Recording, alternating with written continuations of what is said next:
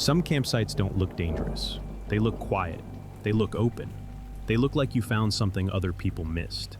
Tonight's stories aren't about monsters in the woods.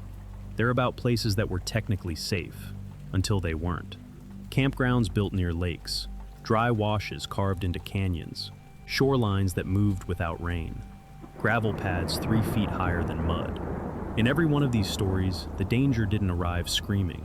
It arrived gradually, silently, predictably. And sometimes, someone standing beside the narrator knew exactly what was coming.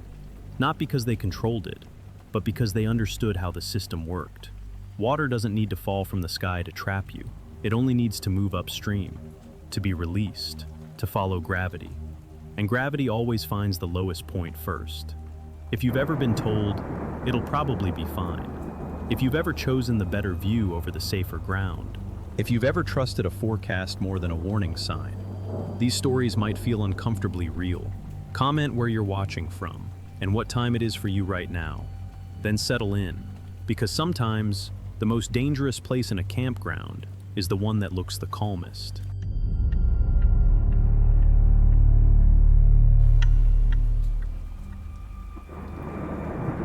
The ranger said the wind might shift after 9. He didn't say it dramatically. He didn't lower his voice. He just pointed toward the ridge above the campground and said, "Lower loop is usually safer if gusts pick up." It was 5:37 p.m. when we pulled into the upper sites at Blue Mesa State Park in Colorado. The sun was still high, the sky clear enough to feel staged.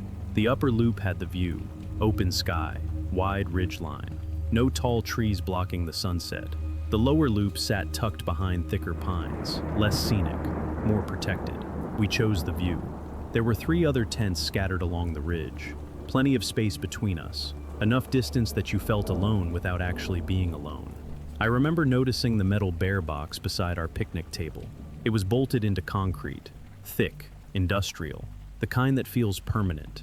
The air was calm when we started setting up. Our sun ran in small circles around the site, kicking dust into the fading light. My wife laid out the footprint. I drove the stakes in with a small mallet I keep in the truck. The ground felt firm, but not stubborn. A few inches down, the soil turned loose and sandy. I told myself that was fine. By 7:12 p.m., dinner was done. Fire ring glowing low. Quiet hours started at 10. The wind hadn't done anything yet. I checked my phone. No AA. Radar showed light breeze. Nothing unusual.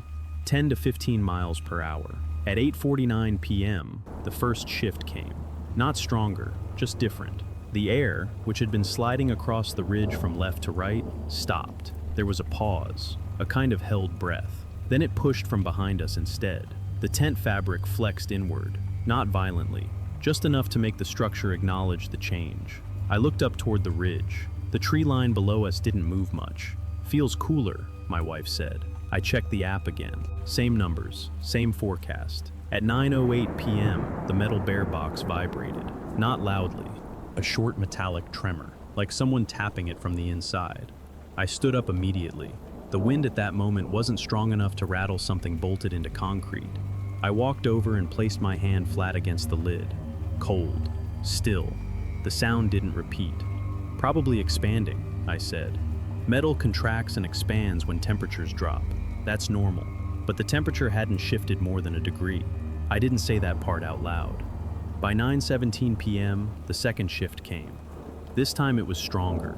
Not a steady push, more like rotating bursts, as if the ridge was redirecting it in uneven pulses. The tent walls tightened and released in irregular intervals. The zipper on the door began to tremble softly, not in sync with the gusts. That detail bothered me more than the volume. Gust, pause, gust. The zipper fluttered between them. Our son poked his head out of the tent. "It sounds like someone pulling it," he said. "It's just the wind," I replied. I walked the perimeter and checked the stakes. One near the back corner had loosened slightly. I pushed it deeper. The soil felt softer now, less resistance than earlier. From 2 sites over, I heard raised voices, not yelling, more like frustration. A tent there had partially collapsed on one side. The man trying to fix it laughed in that strained way people do when they don't want something to feel serious. "Wind channel," he said to someone. The lower loop lights below us glowed steadily through the trees. From up here, I could see them clearly. The trees in that section barely moved. That's when I felt the first flicker of doubt. The ridge we were on ran like a spine above the campground, open on both sides. I remembered the ranger's hand gesture toward the lower loop, usually safer. At 9:36 p.m., the wind stopped completely. Not tapered off, stopped. The kind of silence that makes you notice your own breathing. The fire ring embers held still. No smoke drift, no leaf movement. I looked at my phone again. Radar unchanged. Then, without warning, the wind returned from the opposite direction, harder. The tent bent toward us instead of away. The newly reinforced stake strained visibly. I could see the cord vibrating tight as wire. My wife stepped outside. "Should we move?" she asked. It wasn't panic, it was a calculation. Moving meant packing everything, walking the gear down in the dark, rebuilding the tent at nearly 10 at night. "It's manageable," I said. That word felt reasonable at the time. Manageable means not dangerous, not urgent. The bear box vibrated again, longer this time. I turned toward it quickly, still no visible cause, no animal, no debris hitting it, just a low, metallic tremor that faded as quickly as it came. The wind didn't get stronger after that. It got inconsistent. The gusts came in angled waves, rotating instead of pushing straight. The zipper kept trembling between gusts. Our son crawled deeper into his sleeping bag. "Why is it louder here?" he asked. I didn't answer immediately, because from where we were standing, the lower loop still looked calm, and the radar still showed nothing out of the ordinary. At 10:02 p.m., the back corner stake pulled halfway out of the ground. Not fully, just enough to tilt the structure a few degrees. Enough to remind us that the ground wasn't as firm as it felt at sunset. I pushed it back in with more force this time. The soil gave way easier than it should have. I told myself it would hold. I told myself we had seen worse. I told myself it was just wind. But as I stepped back and looked at the ridge line, I noticed something I hadn't before. The gusts weren't crossing the ridge. They were curling along it, and we were sitting right at the highest point. The wind didn't build in a straight line. That was the first thing that felt wrong. If it had simply grown stronger, I think we would have packed up sooner. Strength makes decisions easier. Instead, it came in rotating bursts. One gust from behind us, the next from the left, then a sudden cross current that snapped the tent wall inward before releasing it like a lung exhaling. At 10:14 p.m., I checked the NOAA radar again. Still the same. Light winds, no advisory update, no storm cell forming. Below us, the lower loop lights remained steady through the trees. The pines barely swayed. Up on the ridge, our tent fabric pulsed unevenly in the beam of my headlamp. I stepped outside again to recheck the stakes. The soil felt looser now, not soaked, not muddy, just unsettled, like something had shifted beneath the surface. From 2 sites over, the family with the partially collapsed tent was still working on theirs. Their lantern swung violently from the tent pole, throwing distorted shadows across the ground. "You guys good?" I called out. "Yeah," the man answered, but his voice cracked halfway through the word. Another gust hit sideways, stronger than the last. Our tent leaned a full few inches before correcting. Inside, my wife zipped the door tighter. The zipper trembled again, still not matching the rhythm of the wind. Gust, pause, gust. The zipper vibrated during the pauses. That detail kept bothering me. At 10:31 p.m., a sharp metallic bang echoed across the ridge. Not from our site, from farther down the upper loop. A cooler lid slammed against a picnic table hard enough to carry in the dark. Then came something else. A low, scraping sound. Long, dragging. It lasted maybe 3 seconds before cutting off abruptly. The wind at that moment was moderate, not enough to drag heavy equipment across gravel. I waited for someone to shout. No one did. The ridge went back to its rotating rhythm. My wife stepped out again. "This isn't normal," she said quietly. "It's just uneven gusts," I replied. But I had stopped believing that explanation myself. At 10:47 p.m., the tent 2 sites down collapsed completely. Not partially, not leaning. The center pole snapped and the structure folded inward in a single motion. It wasn't gradual. It wasn't cumulative strain. It was as if something pushed directly down from above. The man cursed loudly this time. His wife turned on her truck headlights, flooding the ridge with white light for a few seconds. In that flash, I saw something that made my stomach tighten. The wind direction indicators on my weather app still showed arrows pointing west, but the dust in the headlights was swirling clockwise. Not straight, not lateral, circular. The truck lights cut off again, plunging the ridge back into headlamp beams and lantern glow. Our son's voice came from inside the tent. "Dad?" "I'm here," I said. Another gust hit, harder. The back left stake pulled up completely this time, snapping the line taut before the tent sagged on one side.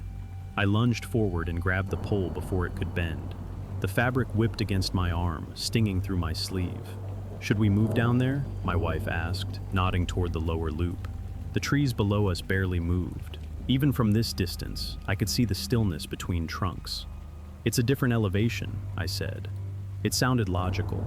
Air behaves differently at height. That's normal. But the ridge we were on wasn't dramatic, maybe 20 feet above the lower sights, not enough to justify this difference. At 11:02 p.m., the wind stopped again. Complete silence, not gradual, instant. The kind of quiet that presses against your ears. The collapsed tent 2 sights down lay flat now, no one moving around it. The man's truck headlights stayed off. I strained to hear voices, nothing. The bear box beside us vibrated again, longer this time. A low metallic hum that rose slightly in pitch before fading.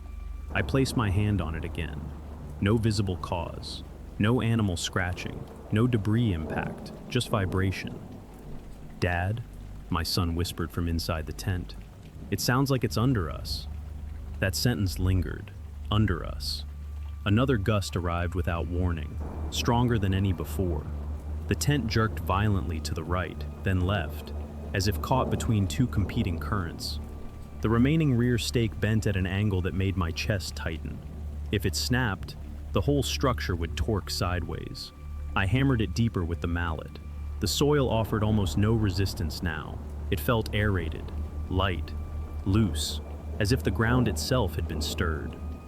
At 11:18 p.m., something large shifted behind our sight. Not a branch snapping, not a tree falling. A heavy displacement of weight, followed by the sound of gravel sliding downhill. I spun around with my headlamp. The ridge behind us was open. No large trees, just scrub and rock. Nothing visibly moved.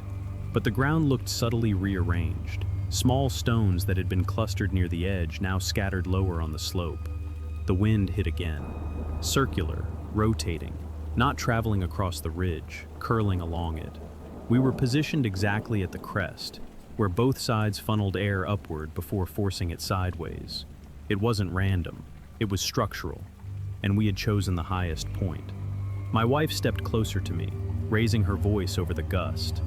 "This is getting worse." I nodded, but I didn't say the word that had begun forming in my mind. Trap. Because moving now meant admitting we should have moved earlier, and the lower loop lights still glowed steady below us. Calm. Protected. At 11:32 p.m., the wind didn't increase. It changed again, and this time, it came from directly below the ridge. The gust that came from below didn't feel like wind. It felt like lift, not upward exactly, more like pressure building under the ridge and releasing through it. The tent floor ballooned slightly beneath our feet before snapping flat again. I looked at my wife. She looked back at me without speaking. At 11:36 p.m., the wind began cycling in a pattern I could no longer predict. 5 seconds calm, 3 seconds violent cross-current, 2 seconds silence, then a low rising push that bent the tent inward from the rear. It wasn't random anymore. It was layered. The lower loop still glowed quietly through the trees. No frantic movement. No headlights switching on. Up on the ridge, the collapsed tent 2 sights over lay dark and unmoving. "Should we check on them?" my wife asked. Another gust hit before I could answer. The front right stake jerked hard enough to yank half an inch upward. I grabbed the mallet again and drove it deeper. The ground swallowed it too easily. That detail kept returning to me. When we arrived, the soil resisted. Now it absorbed, as if something beneath had loosened its structure. At 11:49 p.m., I heard something that didn't belong to wind. A hollow thud, deep, distant, below us, followed by the faint roll of gravel shifting down slope. I walked to the back edge of our site and aimed my headlamp downward. The beam caught dust suspended in air, not blowing past, hovering, like it had been stirred from below. The ridge sloped gently into a dry wash that ran behind the upper loop before curving away from the campground. Earlier, it had looked flat and harmless. Now I could see fine sediment drifting upward in small spirals from its surface. "Is that dust coming up?" my wife asked. "It's just catching the light," I replied. But I had seen the direction. It wasn't drifting across the ridge, it was rising. At 12:03 a.m., another tent farther up the ridge let out a tearing sound. Fabric split along a seam. A voice shouted in frustration. This time, headlights flared from that direction as well. For a few seconds, the ridge was illuminated in harsh white light. In that glare, I noticed something else. The air wasn't moving uniformly. It was circulating in visible columns, thin funnels, no wider than a few feet, twisting in place before collapsing and reforming a few yards away. Small, but concentrated. They weren't tornadoes, they were rotational drafts trapped by the shape of the ridge. The truck headlights shut off again. Darkness reclaimed the upper loop. The lower loop remained steady. I checked my phone once more. Radar unchanged. Wind speed steady at 15 miles per hour. No gust advisory. No red flag warning. At 12:18 a.m., the back left corner of our tent collapsed inward as the stake pulled free completely. The pole bowed sharply. Our son cried out inside. I lunged and grabbed the frame before it could snap. "Get him in the truck," my wife said. The truck sat about 60 feet away, parked slightly downhill from our site. Reaching it meant crossing open ground, exposed to whatever pattern the wind had formed. "It'll hold," I said automatically. The words came too quickly. Another rotational gust struck from below. The tent twisted sideways instead of back. That shift told me everything. The airflow wasn't linear. It was being redirected by the ridge crest itself. We weren't just exposed, we were at a convergence point. At 12:31 a.m., a sharp cracking sound split the dark. Not close, not immediate, but heavy. A tree from the slope farther along the ridge snapped at its base and fell sideways, vanishing into the darkness beyond our line of sight. No one screamed, but I heard an engine start somewhere in the upper loop, then cut off again. Hesitation, everyone calculating. My wife grabbed the duffel bag with essentials, phones, keys, jackets. "We're not waiting for another one," she said. Before I could respond, the bear box vibrated again, longer than before, a metallic resonance that rose and fell in pitch, as if responding to the rotational drafts moving past it. The vibration didn't match the gusts, it lagged them, as if reacting to something deeper than surface wind. Our son crawled out of the tent, eyes wide. "It feels like it's breathing," he said. I almost corrected him, but I understood what he meant. The tent floor inflated and deflated in subtle pulses, independent of the visible gusts. At 12:44 a.m., the front pole bent inward sharply. If it snapped, the structure would collapse entirely. "Truck," my wife said firmly. This time I didn't argue. We unzipped the tent door. The zipper stuttered violently in my hand. Not from lateral force, from vertical lift. The moment the door opened, a cross-current struck, slamming fabric against my shoulder. We stepped out into open air. The wind at ground level felt different, lower, denser. It carried fine grit that stung our faces and collected along the ridge edge before spiraling upward again. I grabbed the remaining guy line and yanked it free. The tent sagged immediately on one side. We ran toward the truck. Halfway there, another rotational gust struck the ridge crest behind us. The sound it made was unlike earlier gusts.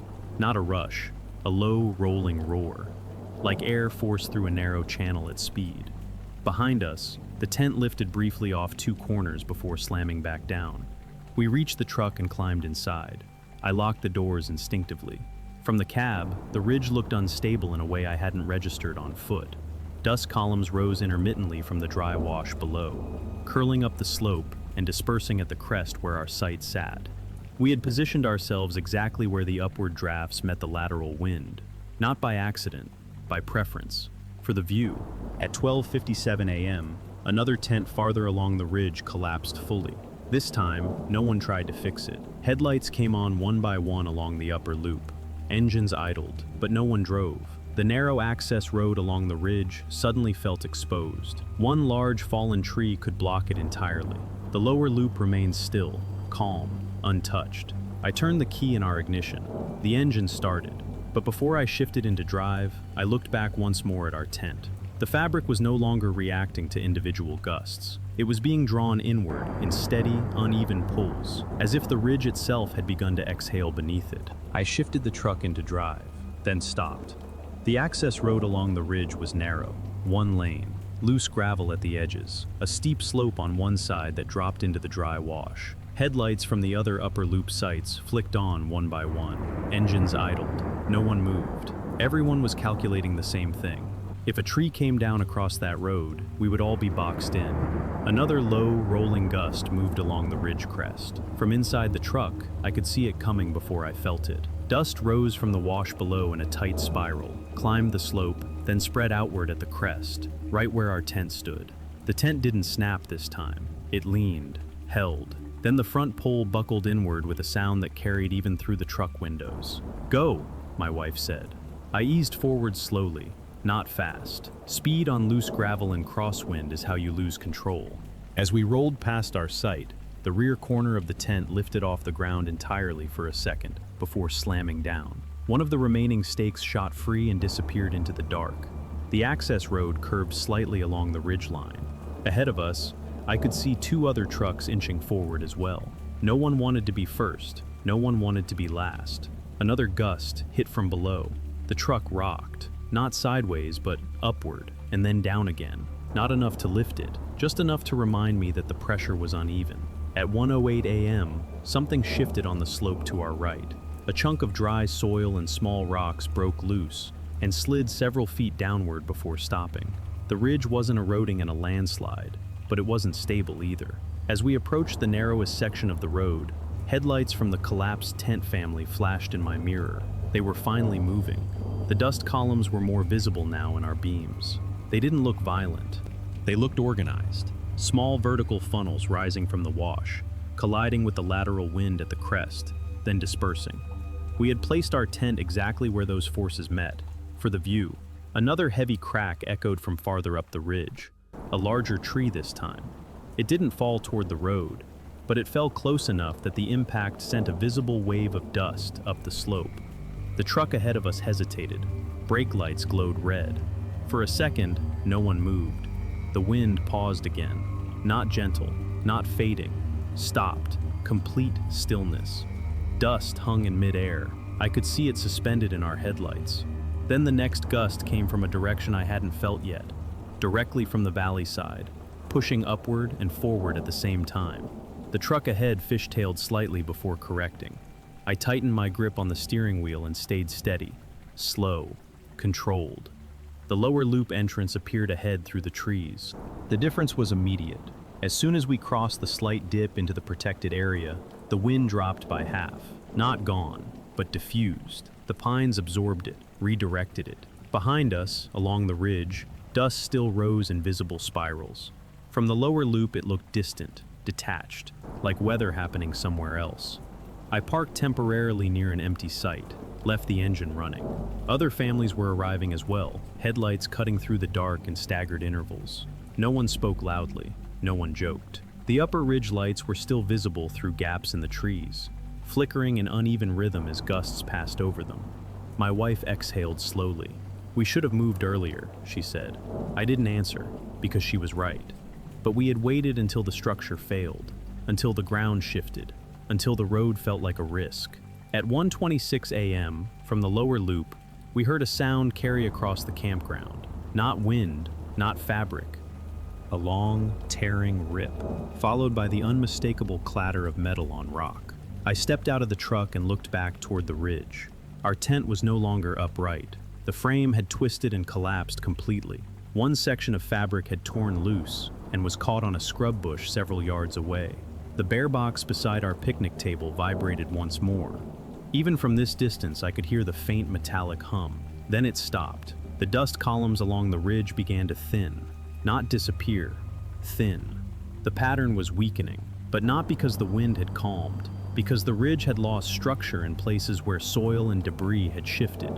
Small slides, minor collapses, subtle changes in surface tension. The environment had rebalanced itself, at our expense. Around 1:40 a.m., the gusts softened further, not gentle, just less coordinated. The rotational funnels dissolved into normal crosswind. The radar on my phone still showed nothing unusual. 15 miles per hour, clear conditions, no advisory. If someone had checked only the app, they would have seen nothing worth leaving for. From the lower loop, the ridge looked quiet again, dark, still. But the upper sites were no longer intact. 3 tents down, 2 families relocating, 1 tree fallen across part of a site. The convergence point at the crest, our site, had taken the worst of it, because we had chosen height over protection, view over shelter. At 1:52 a.m., I turned off the engine. The lower loop wind sounded like normal wind again, straight, predictable. Behind the trees, the ridge held its silence, and I realized something uncomfortable. The wind hadn't grown steadily stronger, it had reorganized itself, and we had stayed just long enough for it to find us first. We didn't sleep. No one in the lower loop did. Engines shut off gradually, but headlights stayed on longer than usual. People stepped out, checked the tree line, looked back toward the ridge, then climbed back inside their vehicles. From where we were parked, I could still see the upper crest through a break in the pines. Our sight was dark now. No lantern, no movement, just the torn outline of fabric caught against low brush. At 2:07 a.m., another deep crack echoed from the ridge. Not as sharp as before, heavier. A delayed thud followed several seconds later, then silence. No shouting this time, no engines starting. Whatever had shifted, no one was trying to fix it anymore. I opened my phone again, radar unchanged, wind speed steady, 15 miles per hour. If you read that number without context, you would picture light branches moving, maybe a flag fluttering, not tents collapsing, not trees splitting. My wife leaned her head back against the seat. "We almost stayed," she said quietly. She wasn't exaggerating. If the pole hadn't bent, if the soil hadn't given way, if the road hadn't looked exposed, we would have waited it out. At 2:19 a.m., the wind along the ridge intensified again briefly. From the lower loop, we could see dust rising in uneven columns once more. But now there was a visible change. The crest where our tent had stood looked uneven in the headlights of a distant truck. Part of the ground had shifted slightly. Not a landslide, more like a subtle slump where the top layer had loosened and settled. The ridge had reshaped itself in small increments. The convergence point wasn't as sharp anymore. The pattern was breaking down. At 2:32 a.m., a park ranger vehicle drove slowly into the lower loop. No siren, just hazard lights. He rolled down his window as he passed us. "You folks okay?" he asked. "Yes," I replied. We moved down from the ridge. He nodded once. "Good call." I hesitated.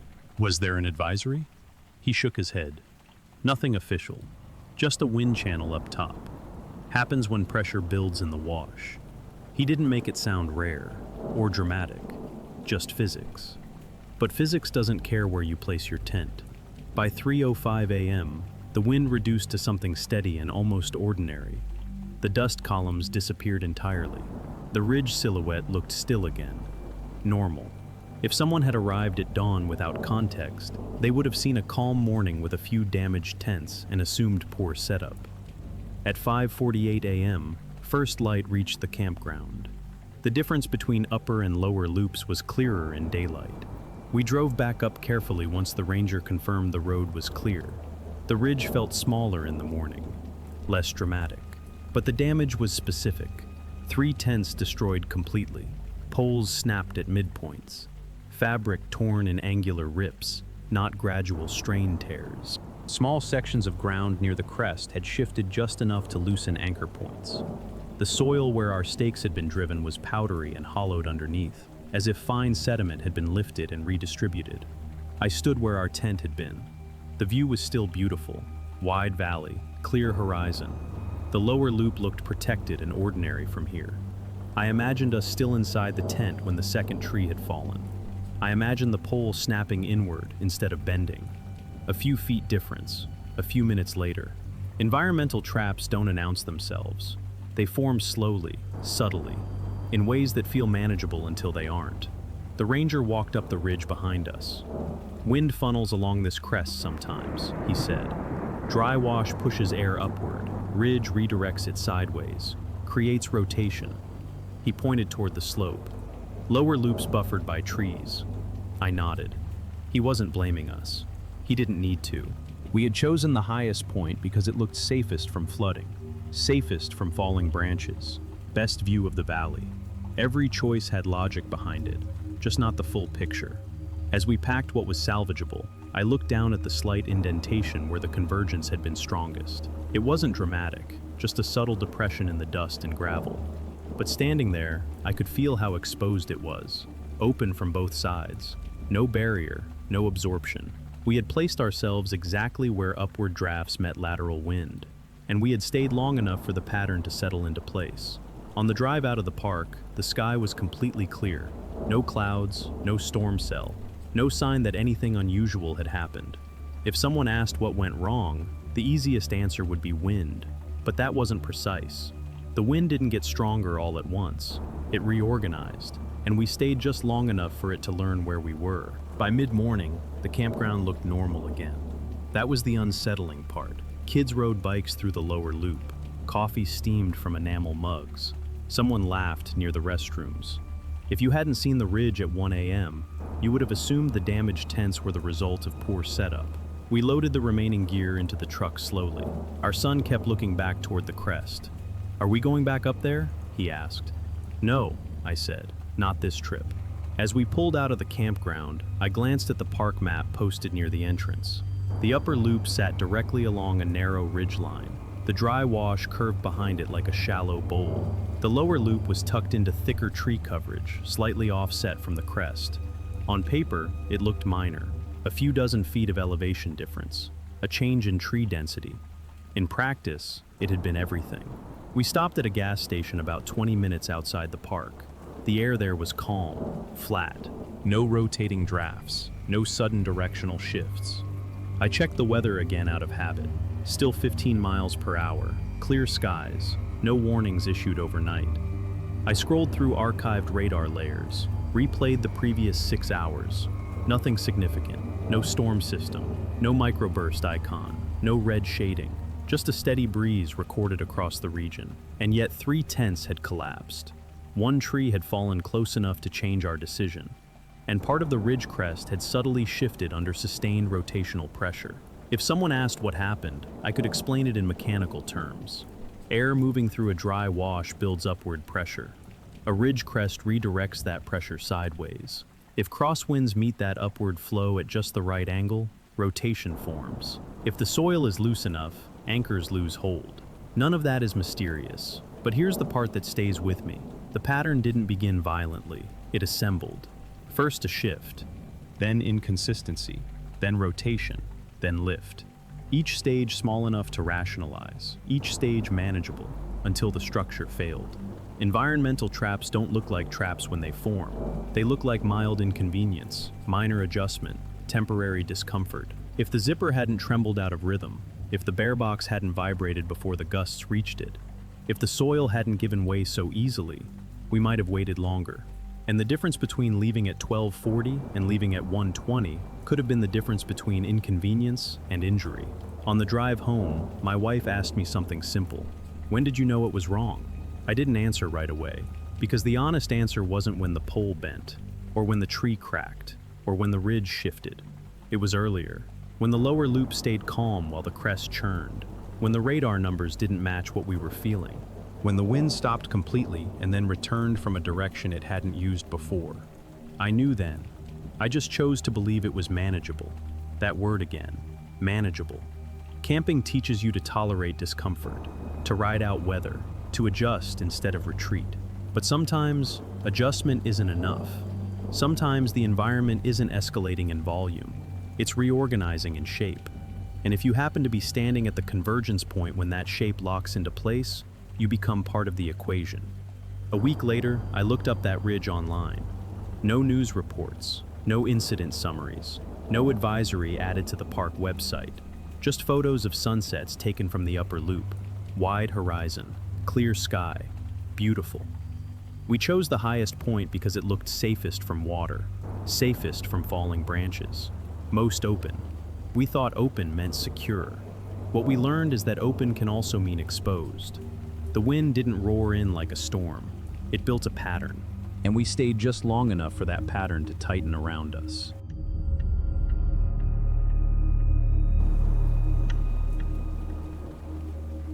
The ranger told us to stay in our assigned site. He didn't sound strict about it. He didn't raise his voice. He just tapped the laminated permit hanging from our rearview mirror and said, "Site 27. If you need to move, check with the office first." The office closed at 6. The gate locked automatically at 10:05 p.m. It was late October in northern Arizona. Clear sky, no humidity, stars sharp enough to look staged. Site 27 sat 15 feet from a dry wash that curved gently behind the campground. The ground was flat, hard-packed sand with a thin crust of gravel, no rocks large enough to trip over, no tree roots pushing through the surface. It looked safe. A metal sign at the edge of the wash read, "Flash floods occur without warning." The letters were faded from sun exposure. Someone had scratched initials into the bottom corner years ago. I walked the wash before we finished setting up. It was dry, not damp, not recently disturbed. The slope of the channel angled away from our tent. If water came through, it would move past us, not toward us. That was the logic. We pitched the tent facing east, drove the stakes deep. The soil resisted slightly before giving way to firmer sand beneath. By 9:40 p.m., quiet hours had begun. A few campers still talked softly near their fire rings. Headlights flicked off one by one. The sky remained completely clear. I checked the weather app out of habit. 5% chance of rain, light wind, no advisories. At 10:03 p.m., I heard the gate at the campground entrance slide shut in the distance. A heavy metallic sound, final. Once locked, it wouldn't reopen until morning unless a ranger responded. "Feels good out here," my wife said from inside the tent. It did. Cool, still, stable. At 10:52 p.m., I heard something that didn't match the sky. A low, distant rumble. Not thunder, not wind through trees. More like a truck idling far off, somewhere beyond the hills. I stood up slowly. The air above us was still. The stars didn't flicker behind passing clouds. No breeze moved the brush near the wash. The sound faded after a few seconds, then returned, this time slightly louder. I stepped toward the edge of the wash and listened. Nothing visible. No headlights on the horizon. No engine lights. The rumble seemed to travel along the channel itself, not across the open desert. Behind me, someone from Site 25 laughed quietly at something near their fire. Normal campground noise. The rumble stopped again. I checked the weather radar. A small patch of green appeared about 18 miles north. Light rain, moving slowly east, not toward us. "We're nowhere near that," I said. My wife unzipped the tent door and stepped out. "You hear that?" she asked. Before I could answer, the sound came back. Longer this time. Low. Continuous. Like pressure building in a confined space. I looked up at the sky again, expecting at least a cloud edge. Nothing. Clear horizon in every direction. The wash beneath my feet looked unchanged. Flat sand, scattered pebbles, no shimmer of moisture. "It's probably wind moving through the canyon," I said. That explanation fit better than anything else. Canyons amplify sound, redirect it, carry it farther than you expect. The rumble faded once more. Silence returned. At 11:07 p.m., I noticed something small. When I stepped near the edge of the wash again, the sand felt cooler under my boot. Not wet, not soft, just colder than the surrounding ground. I crouched and pressed my palm against the surface. The top layer was dry and powdery, but a few inches down, the sand held a chill that didn't match the air temperature. It wasn't freezing, it wasn't damp, it was just colder than it should have been. "Maybe it rained here earlier," my wife said. "It didn't," I replied. We had driven in at 4 that afternoon. The ground had been uniformly warm then. The rumble returned at 11:16 p.m., stronger now. And this time, it didn't fade immediately. It rolled steadily along the length of the wash. I stepped back toward the tent. "We should keep an eye on it," my wife said. "We're fine," I answered. "The slope angles away from us. The site is assigned. The ranger said we're fine." Those thoughts lined up cleanly in my head. Assigned sites exist for a reason. Campgrounds are surveyed, mapped, planned. If Site 27 were unsafe, it wouldn't be rented. At 11:24 p.m., a thin line appeared in the center of the wash. At first, I thought it was shadow, but it moved, a narrow thread of darker sand, sliding forward slowly along the channel. Not wide enough to alarm, not deep enough to reflect light, just a subtle shift in color. The rumble grew louder as it approached. There was still no rain overhead, no thunder, no lightning, just a clear sky and a sound that didn't belong under it. My wife stepped closer beside me. "Do we move?" she asked quietly. The gate was locked, the office closed, and we were in our assigned site. "It's just runoff," I said, and we stayed where we were. The thin dark line in the center of the wash widened slowly, not fast enough to panic over, not slow enough to ignore. It crept forward like a stain spreading through fabric. The rumble grew deeper as it approached. Still no rain, still no wind, just sound. By 11:32 p.m., the darker sand had formed a narrow stream, no wider than my hand. Water, finally visible, shallow, moving at a steady pace along the center channel. "That's it?" my wife said. I nodded. "It's just runoff from that storm north of us." The logic felt solid. Rain falls somewhere else. Water travels downhill. The wash carries it past us. That was the design. I checked the slope again with my flashlight. The channel angled slightly away from Site 27. If the flow stayed centered, we would remain untouched. At 11:36 p.m., the sound changed. The low rumble split into two distinct tones. One continued down the center of the wash. The other, fainter, came from farther left, beyond the bend where the channel curved out of sight. I stepped closer to the edge again. The main stream thickened, now ankle-deep in the center channel, still well below the bank. Then I saw something that made my stomach tighten.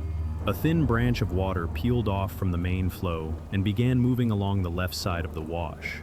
Not toward us yet, but not following the deepest part of the channel either. It hugged the higher sand for several feet before slipping back down. "That's weird," I muttered. "Water follows the lowest path. That's how it works." This branch hadn't. It had ridden the edge. I looked up at the sky again as if expecting clouds to explain it. Nothing. Clear, sharp, still. At 11:41 p.m., the ground beneath my boots shifted slightly. Not collapsing, not sinking, just settling. A subtle compression, like stepping on packed snow that gives a fraction of an inch. I stepped back immediately. The sand was still dry at the surface, but when I pressed my heel into it, moisture glistened briefly below the top layer before disappearing again. "It's coming up from underneath," my wife said. "No," I answered too quickly. "It's just saturation from the channel." But the channel hadn't reached that section yet. The main stream continued straight down the center. Predictable. The branch returned again. This time it ran farther along the edge before sliding down. The rumble intensified, now unmistakably water. Not distant machinery, not canyon echo, real flow. At 11:48 p.m., another sound joined it, a sharp cracking noise from somewhere downstream, like a temporary dam giving way. The volume of water in the center channel doubled within seconds. The main flow surged forward, rising higher along the banks. "Maybe we should move," my wife said. Her voice was steady, but tighter now. The assigned site rule surfaced in my mind again. Moving meant crossing into someone else's spot, breaking campground protocol, possibly setting off motion sensors near the gate. It felt disproportionate to relocate over a stream that hadn't reached us. "We're still above it," I said. That was technically true. At 11:53 p.m., the branch did not return to the center channel. It held its position along the left bank, and instead of dropping back down, it widened. The sand along that side darkened in a spreading arc. The water wasn't overtopping the bank, it was seeping through it.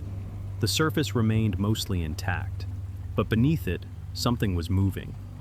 I crouched again and pressed my hand into the sand near our tent line. Cold. Not surface cold, deep cold, a chill rising upward through dry grains. "It shouldn't be doing that," I said quietly. "Doing what?" "It's not flowing the way it should." At 11:57 p.m., the branch finally crossed the invisible line I had drawn in my head. It reached the slight dip that separated the wash from our flat site. Instead of stopping at the edge, it pooled there, just a shallow sheet, no more than a quarter-inch deep. but it didn't recede. It sat, then moved sideways, not downhill, sideways, toward Site 27. The main channel continued roaring in the center. The branch moved differently, slower, heavier, more deliberate. "Okay," my wife said, "that's not normal." The gate was locked, the office closed. The ranger had told us to stay in our assigned site. At 12:02 a.m., the thin sheet of water reached the first stake line of our tent, and we were still standing there watching it. The water touched the first stake line and didn't stop. It didn't rush over it. It didn't splash. It spread. A thin sheet, barely visible in the beam of my flashlight, sliding across packed sand that had been completely dry 20 minutes earlier. The main channel continued roaring in the center of the wash, but this branch moved differently, heavier, quieter, intentional. At 12:04 a.m., the front left stake shifted half an inch. Not from force above, from something loosening below. I stepped forward and pressed my heel into the ground between the wash and our tent. The surface still looked solid, but underneath, the sand felt hollow, like something had been scooped out from beneath and replaced with air and cold water. "We need to move," my wife said. I looked uphill. Site 29 sat about 15 feet higher than ours. Empty, flat, dry. But the ranger's words replayed in my head. "Stay in your assigned site." It sounded small now, almost bureaucratic, but it was enough to create hesitation. If we moved and someone came down the road with headlights and saw us tearing up another site, if the ranger came through on patrol, if we were overreacting. At 12:07 a.m., the sheet of water thickened to nearly half an inch. Still not dramatic, still not dangerous in isolation, but it didn't behave like overflow. It wasn't pouring from the main channel. It was rising through the sand itself. The center wash roared louder. Then, without warning, the rumble split again. A sharp cracking sound echoed from upstream, followed by a sudden increase in volume. The main channel swelled instantly. The branch at our side did not surge forward. It widened. The ground between the wash and our tent darkened rapidly. Moisture spread outward in a crescent pattern. And then I saw it. The sand beneath the front left corner of the tent dipped inward, not collapsing entirely, just settling, as if the base layer had been washed out. I grabbed the pole instinctively. The structure tilted a few degrees toward the wash, not enough to fall, enough to change the geometry. "We can't stay," my wife said. The gate was locked. The road was dark. Moving meant stepping into flowing water and carrying the tent uphill in unstable footing. But staying meant trusting a slope that was no longer intact. At 12:11 a.m., a second branch formed, this one behind us, not from the wash, from a shallow depression that had been dry when we arrived.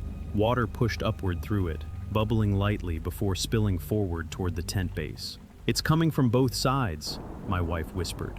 She was right. The main channel roared in front. Subsurface water rose behind.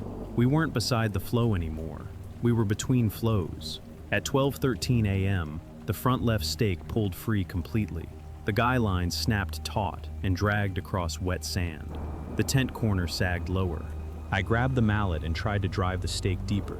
It went down with almost no resistance. The soil no longer held tension. It had become saturated from below. The main channel surged again. This time the sound carried a new tone, not steady, rolling, like something heavy moving within the water. A log, a chunk of debris, hard to tell. The branch at our side finally overtopped the slight dip and poured across the tent footprint. Cold water rushed over my boots. Not high, an inch at most, but fast enough to shift sand around my heels. "Now," my wife said. We didn't argue this time. We pulled the zipper down in one motion. The door stuck briefly where grit had jammed into the track. For half a second, I considered abandoning the tent entirely, but we had our sleeping bags inside, phones, keys. The sheet of water thickened further. The depression behind us widened. The two flows were converging. At 12:16 a.m., I looked towards Site 29 again. Still dry, still higher, still within reach. The assigned site rule felt smaller now, less important than the geometry of water. I reached for the nearest pole and yanked it free from its sleeve. The tent sagged immediately. Water pooled where the floor dipped. "We're moving," I said. And for the first time that night, I stopped caring whether we were allowed to. The moment I pulled the first pole free, the tent lost its shape. Water rushed into the low point of the floor and pooled instantly, not deep, but fast enough to push sleeping bags toward the center. "Grab the duffel," I said.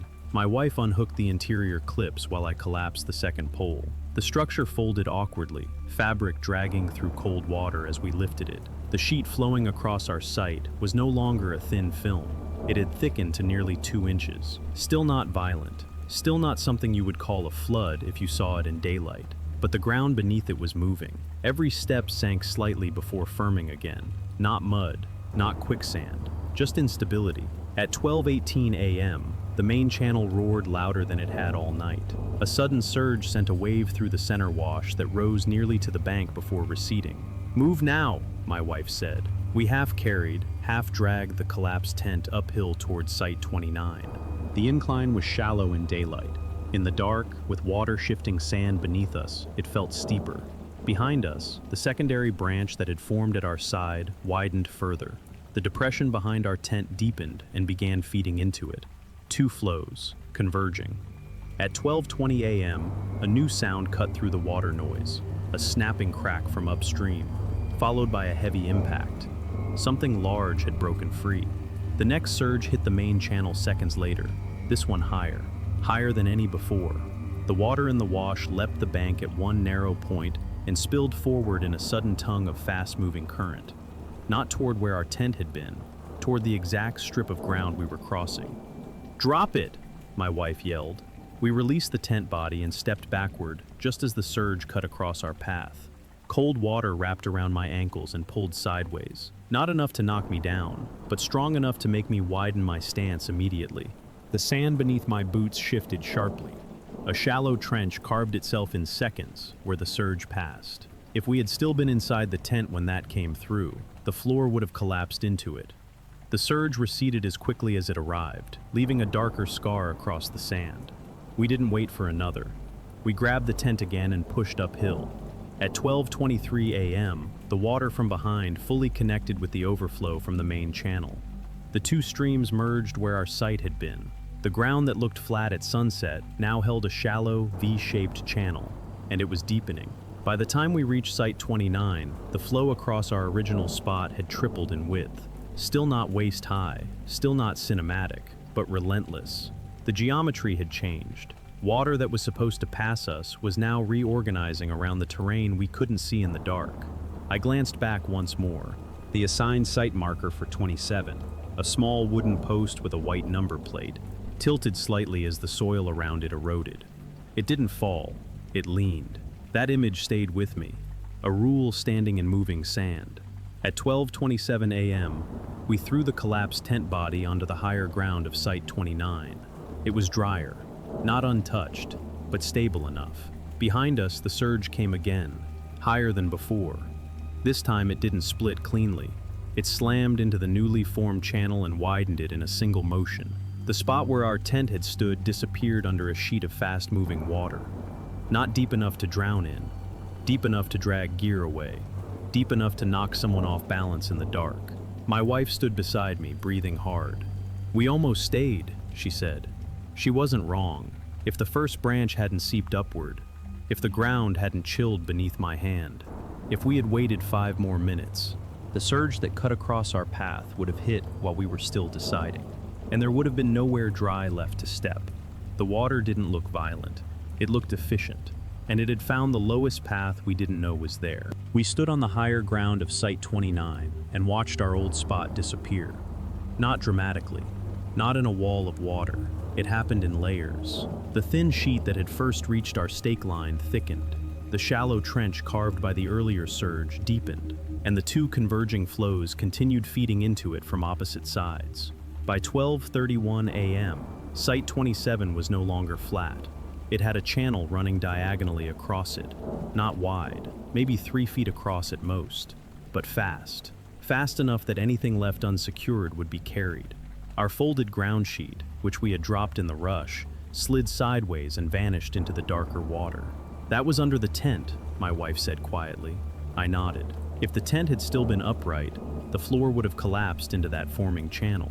The sound of water shifted again, less rumble now, more focused. Instead of one broad roar, I could hear distinct currents pulling through newly cut paths in the sand. The terrain wasn't flooding uniformly, it was reorganizing. At 12:36 a.m., headlights flicked on near Site 25. Another family was finally moving, their truck door slammed. Voices carried over the water noise. "Is it coming this way?" someone called. "It already did," I replied. They looked toward the wash and hesitated for half a second too long. The next surge answered for them. This one carried debris, not logs, but thick clumps of brush and compacted sand torn loose upstream. The debris struck the main channel and deflected part of the flow outward, not toward the center wash, toward the outer bank, toward the space where Site 27 had been. The channel widened abruptly by another foot. The assigned site marker tilted further and finally snapped at its base. The white number plate disappeared downstream in seconds. I watched it go and felt something colder than the water around my boots. A rule doesn't mean anything to moving ground. At 12:42 a.m., the surge didn't recede as quickly as before. The water level held steady, then rose again in smaller pulses. Each pulse cut deeper into the new path. The sand beneath the surface was being removed incrementally, layer by layer. Had we stayed, the first thing to give wouldn't have been the tent poles. It would have been the footprint itself. A shallow drop, enough to twist ankles, enough to knock someone sideways into moving water. And once off balance, the current didn't need to be deep to carry weight. The family from Site 25 began hauling gear uphill behind us. One of them looked at the empty space where our tent had stood. "Didn't think it would reach that far," he said. Neither did we. The gate at the entrance remained locked in the distance, silent, uninvolved. The authority that had kept us hesitating had no presence now. No ranger lights, no announcement, no instructions, just water and geometry. At 12:51 a.m., the largest surge of the night arrived. No warning crack this time, no gradual build. The main channel swelled suddenly and struck the outer bank with enough force to send a sheet of water over the newly carved path. The two flows merged completely. What had been a dry, assigned campsite less than an hour earlier became part of the wash, not flooded, absorbed. The current didn't explode outward, it claimed the lowest shape available, and that shape included where we had decided to sleep. We stood in the dark on higher ground, holding a collapsed tent and watching a space that had seemed stable at sunset erase itself. The water wasn't angry, it wasn't chaotic, it was efficient. It found the path that wasn't visible when we arrived, and it committed to it. By 1:05 a.m., the flow stabilized at its new width. The deepest part ran exactly through the center of Site 27. Not random, not accidental. The terrain had been slightly concave there, a detail too subtle to notice in daylight. Water had read it correctly. We hadn't. My wife exhaled slowly. If we'd waited... She didn't finish the sentence. She didn't need to. The last surge had carved the channel wide enough that stepping through it in the dark would have meant fighting lateral pull while carrying weight.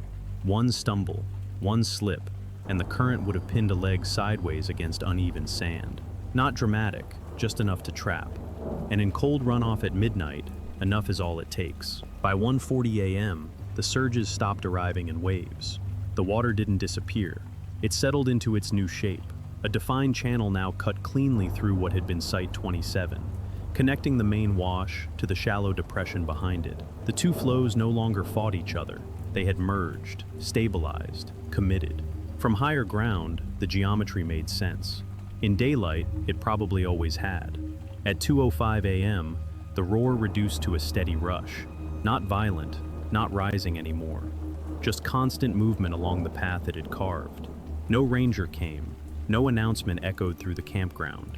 The gate remained locked in the distance, exactly as it had been when we hesitated. The rule hadn't changed. The terrain had. We didn't attempt to rebuild the tent. We laid the collapsed frame flat on the higher ground and sat inside the truck with the heater running intermittently to keep the windows from fogging. Other campers stood outside for a while, then retreated into their vehicles as well. No one argued about assigned sites now. No one mentioned permits. The authority that had mattered at 11:30 felt abstract at 1:30. Water is not abstract. At 5:32 a.m., the sky began to lighten faintly over the ridge. By then, the flow had reduced by half. The channel remained, wide, cleanly cut, undeniable. When first light hit the campground fully, we stepped out and walked carefully toward what had been our site. The transformation was precise. The channel through Site 27 was nearly 4 feet wide at its center and several inches deep. Not dramatic in scale, but deep enough that the tent footprint would have sagged into it under weight. The depression behind the site had expanded slightly, revealing a subtle bowl shape in the terrain that hadn't been visible under dry sand the night before. Water had not broken the rules of physics. It had revealed them. The slope that had angled away from us was less consistent than it appeared in fading light. There was a shallow reverse grade near the center of our footprint, barely perceptible without measuring tools. In darkness, it had been invisible. In motion, water had found it immediately. The wooden post marking Site 27 lay several yards downstream, wedged against a cluster of rocks. The white number plate was gone. A space that had been rented, permitted, and officially assigned less than 12 hours earlier had become part of a drainage system older than the campground itself. The ranger drove through the lower loop around 7 a.m. He stopped when he saw the carved channel. "You folks all right?" he asked. "Yes," I said. He looked toward the ridge and then at the wash. "Storm hit north of here," he explained. "Sometimes the upstream basin releases all at once." He didn't mention the assigned site rule. He didn't need to. "We thought it would pass us," my wife said. He nodded slowly. "Water doesn't pass anything," he replied. "It goes where it can." That was the only sentence that stayed with me. Not because it was dramatic, because it was simple. We had assumed that because we were technically outside the center channel, we were safe. We had assumed the map was accurate enough. We had assumed the rule implied evaluation. But the terrain doesn't care about assignment. It doesn't care about quiet hours or gate locks or laminated permits hanging from mirrors. It cares about slope, about volume, about the lowest path available in a given moment. By 8:10 a.m., the wash looked calmer. By noon, it would look almost normal again. New campers would arrive. They would see a wide, dry channel and a few areas of disturbed sand, and they would choose their spots based on flatness, on convenience, on proximity to the view, the same way we had. As we drove out, I looked once more at the space where Site 27 had been. It didn't look cursed. It didn't look dramatic. It looked like part of the landscape, which is exactly what it was. It hadn't rained where we were. We had followed the rule. We had trusted the assignment. And we had stayed just long enough for the terrain to correct us.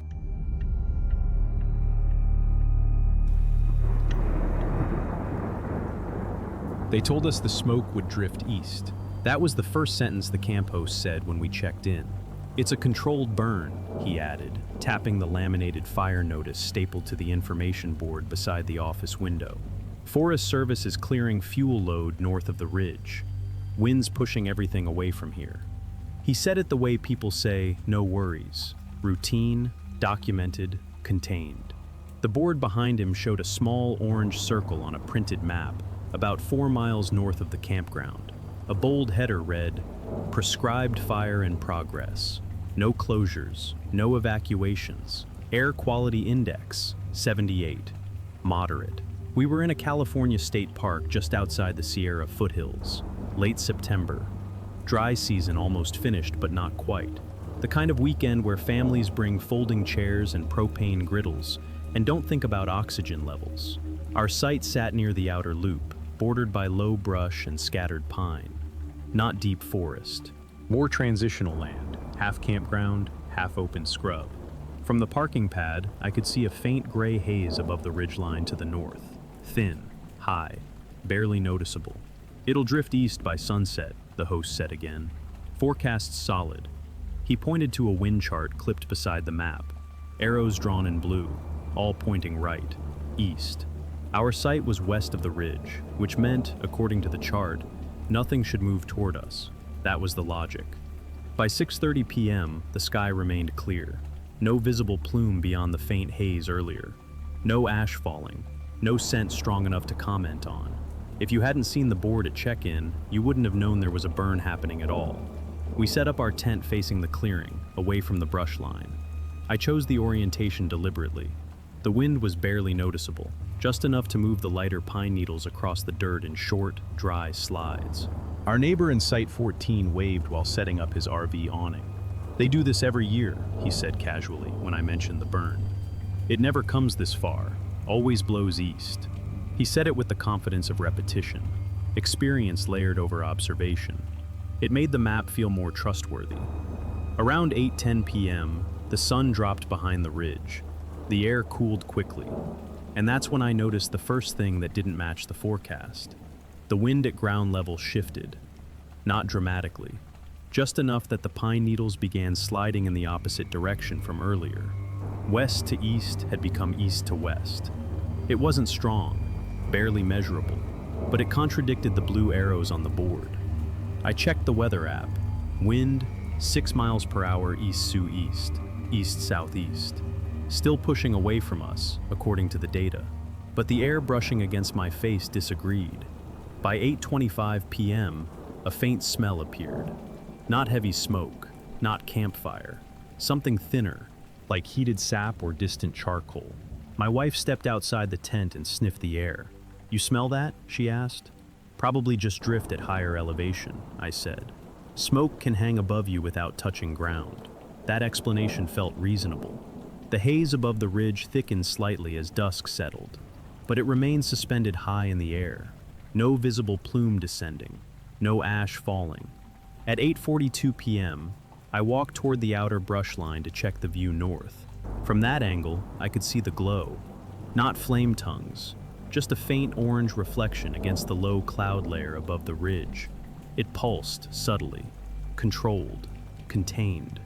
Behind me, someone at a nearby site laughed loudly over a portable speaker playing low country music, normal campground noise.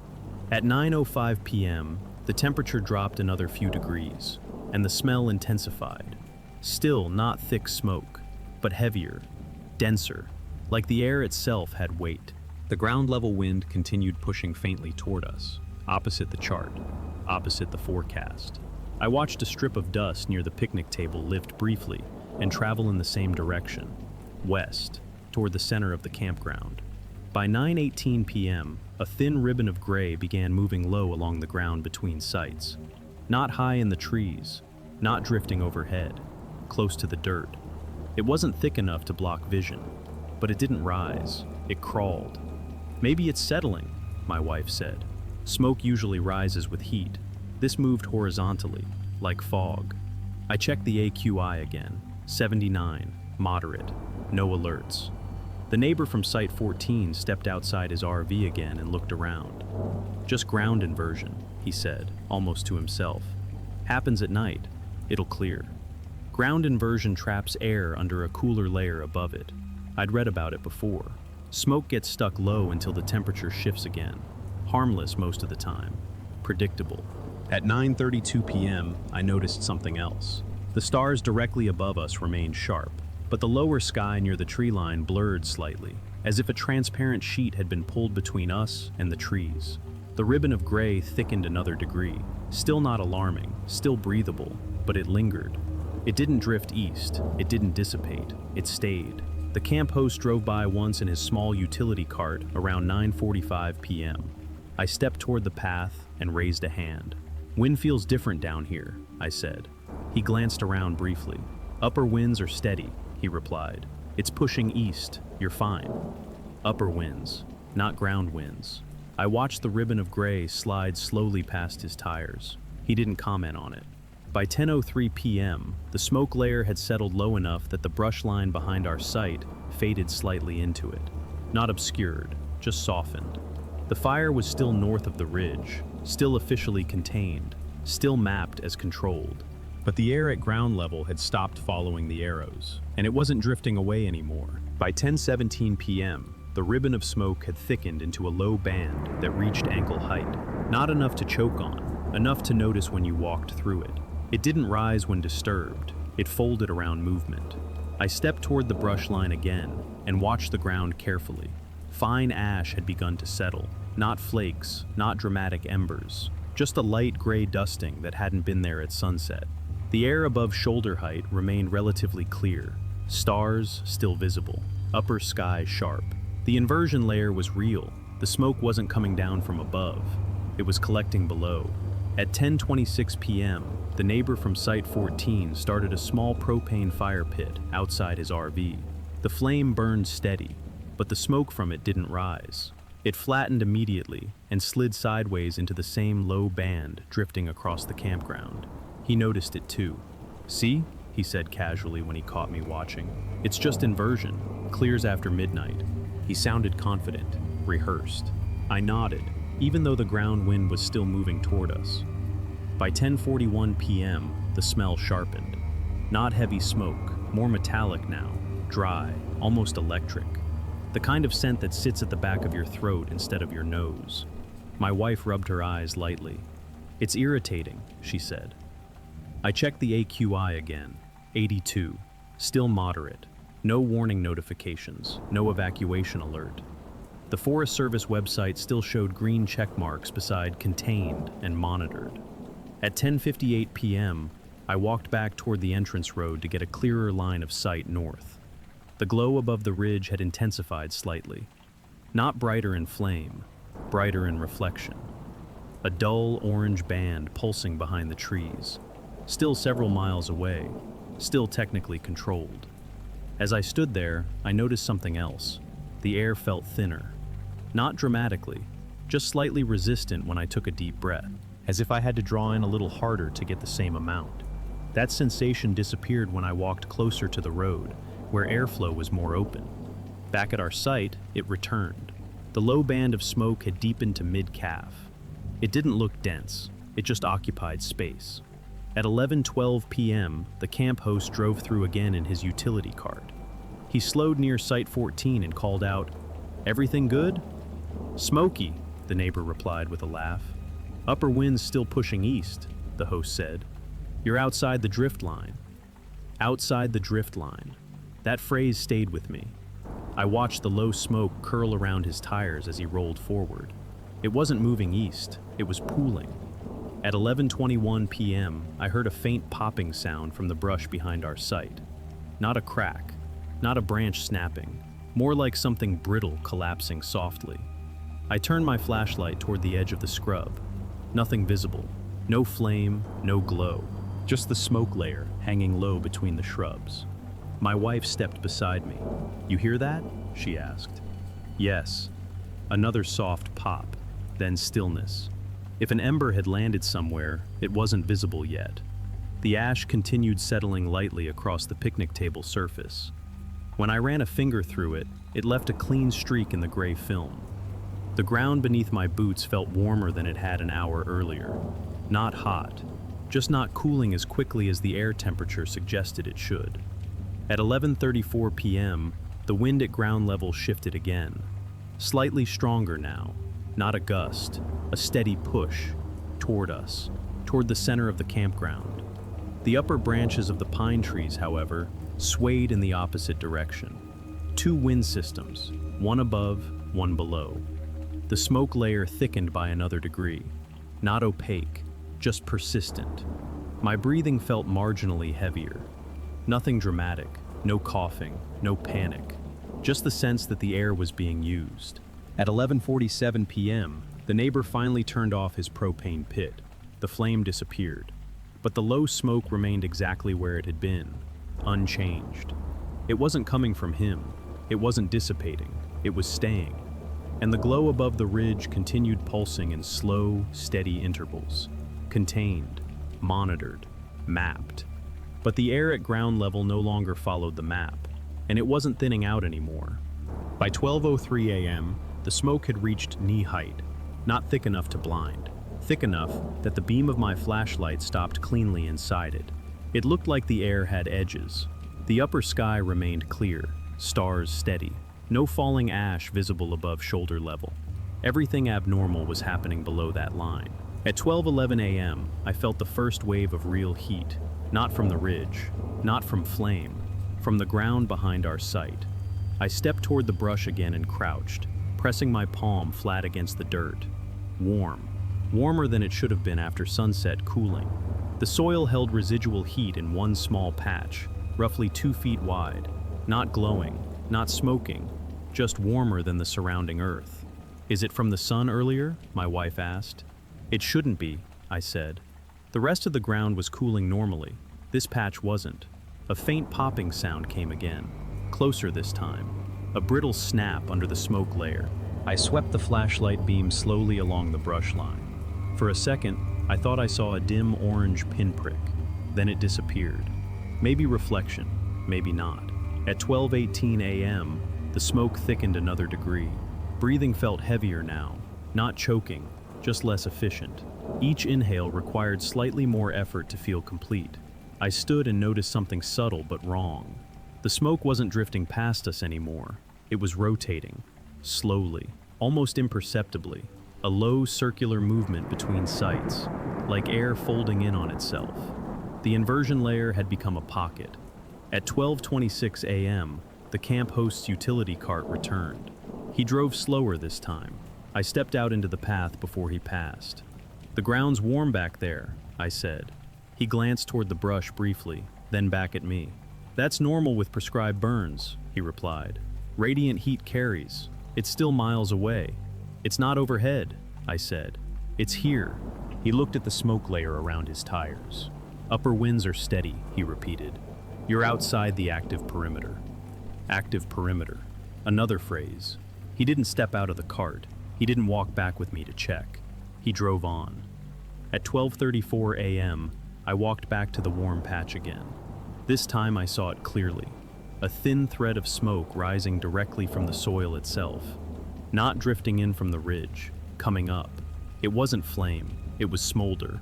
An ember had landed somewhere in the dry underlayer and was feeding quietly beneath the surface. The topsoil still looked intact, but something underneath was active. I grabbed the water jug from beside the cooler and poured slowly over the patch. Steam rose instantly, not dramatic, but real. The popping stopped briefly, then resumed a few feet farther along the brush line. It hadn't been one ember, it had been several. At 12:42 a.m., the smoke pocket thickened abruptly, not from new flame, from compression. The air felt heavier again. My chest tightened slightly when I inhaled too deeply. The oxygen wasn't gone, it was diluted. The neighbor from Site 14 stepped out again, rubbing his eyes. "Feels thicker," he said, voice less casual now. "Ground's smoldering," I told him. He looked uncertain for the first time. "It's contained," he said, but softer. At 12:48 a.m., a faint glow appeared behind the brush line. Low, subtle, not rising above the shrubs. The ember crawl had found surface fuel. A thin tongue of flame licked briefly upward before flattening sideways under the low wind. It didn't climb, it crept, along dry pine needles, along brittle grass. The inversion layer trapped the heat low to the ground, feeding it sideways instead of upward. I stepped forward instinctively with the jug again. The neighbor joined me with a small fire extinguisher from his RV. We hit the visible flame immediately. It died quickly, but the smoke thickened again, as if the act of suppression had disturbed something deeper. At 12:53 a.m., I felt it clearly. The air no longer felt neutral. Each breath carried weight, resistance. The smoke pocket had compressed enough that clean air above shoulder height no longer mixed downward. The host's cart returned again, this time slower. He saw the extinguished patch and stepped out finally. "You don't need to overreact," he said. "These burns are monitored." "Air's dropping," I replied. He paused, noticing my breathing. The glow behind the ridge pulsed brighter for a second, then dimmed. The wind at ground level shifted again, stronger now, pushing the smoke pocket deeper into the campground instead of letting it escape. The ember crawl restarted 3 feet from where we had just put it out. Not explosive, persistent. At 1:01 a.m., my wife said something that cut through everything else. "I can't get a full breath." That was the moment the fire stopped being the main concern. It wasn't the ridge. It wasn't the flame. It was the air between us and the ground. The environment hadn't escalated upward. It had escalated inward, and we were still standing inside it. At 1:04 a.m., the smoke layer rose from knee height to waist height in less than a minute. Not because more smoke arrived, because the air stopped moving. The low circular rotation we had seen earlier tightened, compressing the pocket inward. The stars above us were still clear, but everything below shoulder level blurred into a dull gray band. "I'm getting lightheaded," my wife said. Not dramatic, not panicked, just factual. The ember patch we had soaked flared again briefly, then flattened sideways under the low wind. It wasn't climbing trees. It was crawling through ground cover like something searching for continuity. The host finally stepped fully out of his cart. "You're stirring it up," he said, watching us with the water jug and extinguisher. "Let it settle. The perimeter crew's got it." Perimeter crew, miles north of us. The fire on the ridge wasn't what was smoldering at our feet. "I can't breathe right," my wife said again. He looked at her for a second longer this time.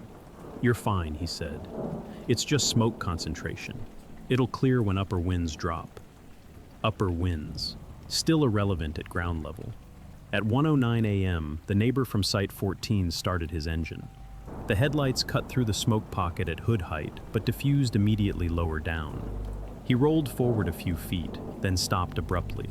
The narrow campground road was partially blocked. Another large RV from the inner loop had pulled sideways while trying to reposition, likely spooked by the glow over the ridge. Its rear end angled across half the lane. No collision, just poor timing. The driver stepped out, looking confused in the smoke. "Give me a minute," he called. A minute felt longer inside thinning air. At 1:12 a.m., the smoke density increased again.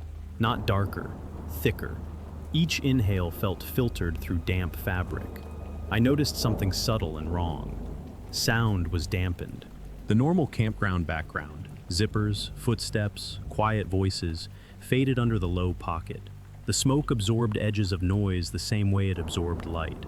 My pulse felt louder in my ears. The ember crawl extended another foot along the brush line, igniting dry needles in a thin, glowing thread. Not explosive, just steady.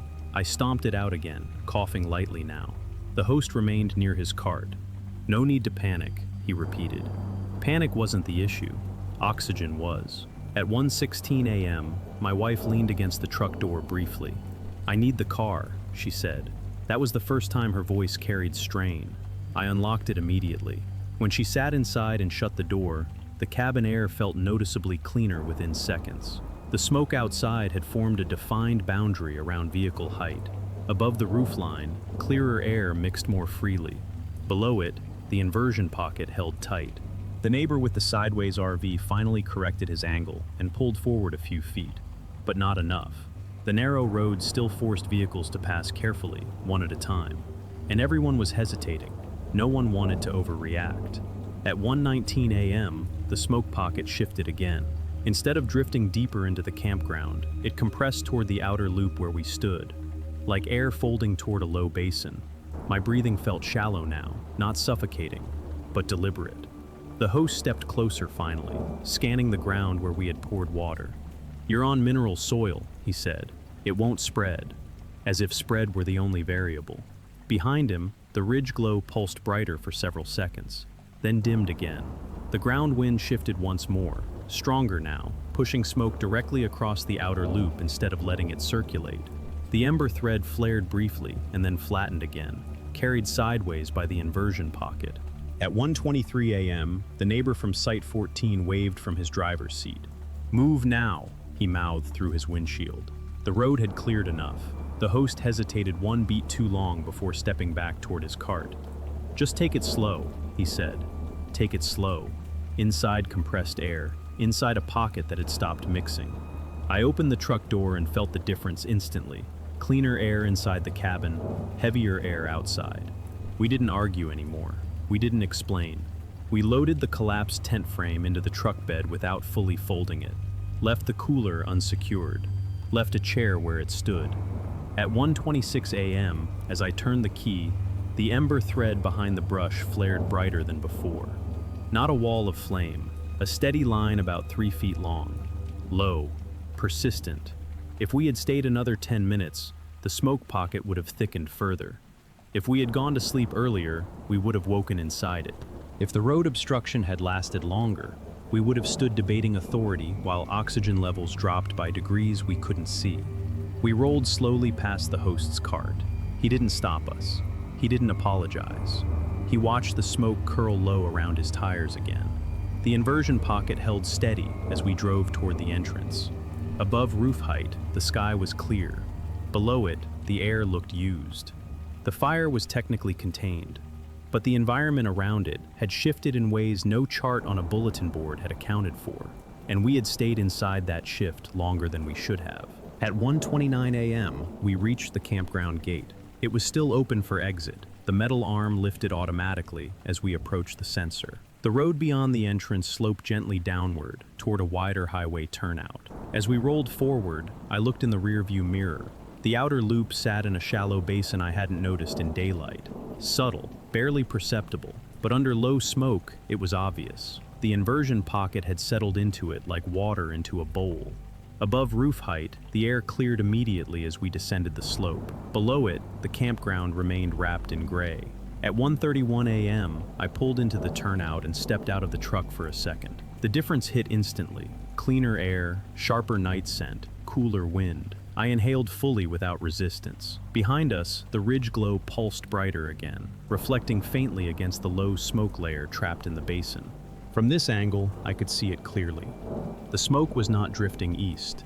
It was folding downward into the campground and circulating slowly within it. The road obstruction had cleared completely now. A few vehicles exited after us, headlights cutting through the low layer and then emerging clean as they descended the same slope. The host's utility cart lights moved faintly inside the basin, partially obscured by smoke at tire height. The ember thread near our sight flared once more, just visible through the haze as a dull horizontal glow along the brush line. Not explosive, not catastrophic, persistent. At 1:37 a.m., a brief flare-up along the ridgeline intensified the glow overhead. Not toward us, still technically north, but the added radiant heat pushed more convection into the upper layers, compressing the lower inversion pocket even tighter. From the turnout, the visual was unmistakable.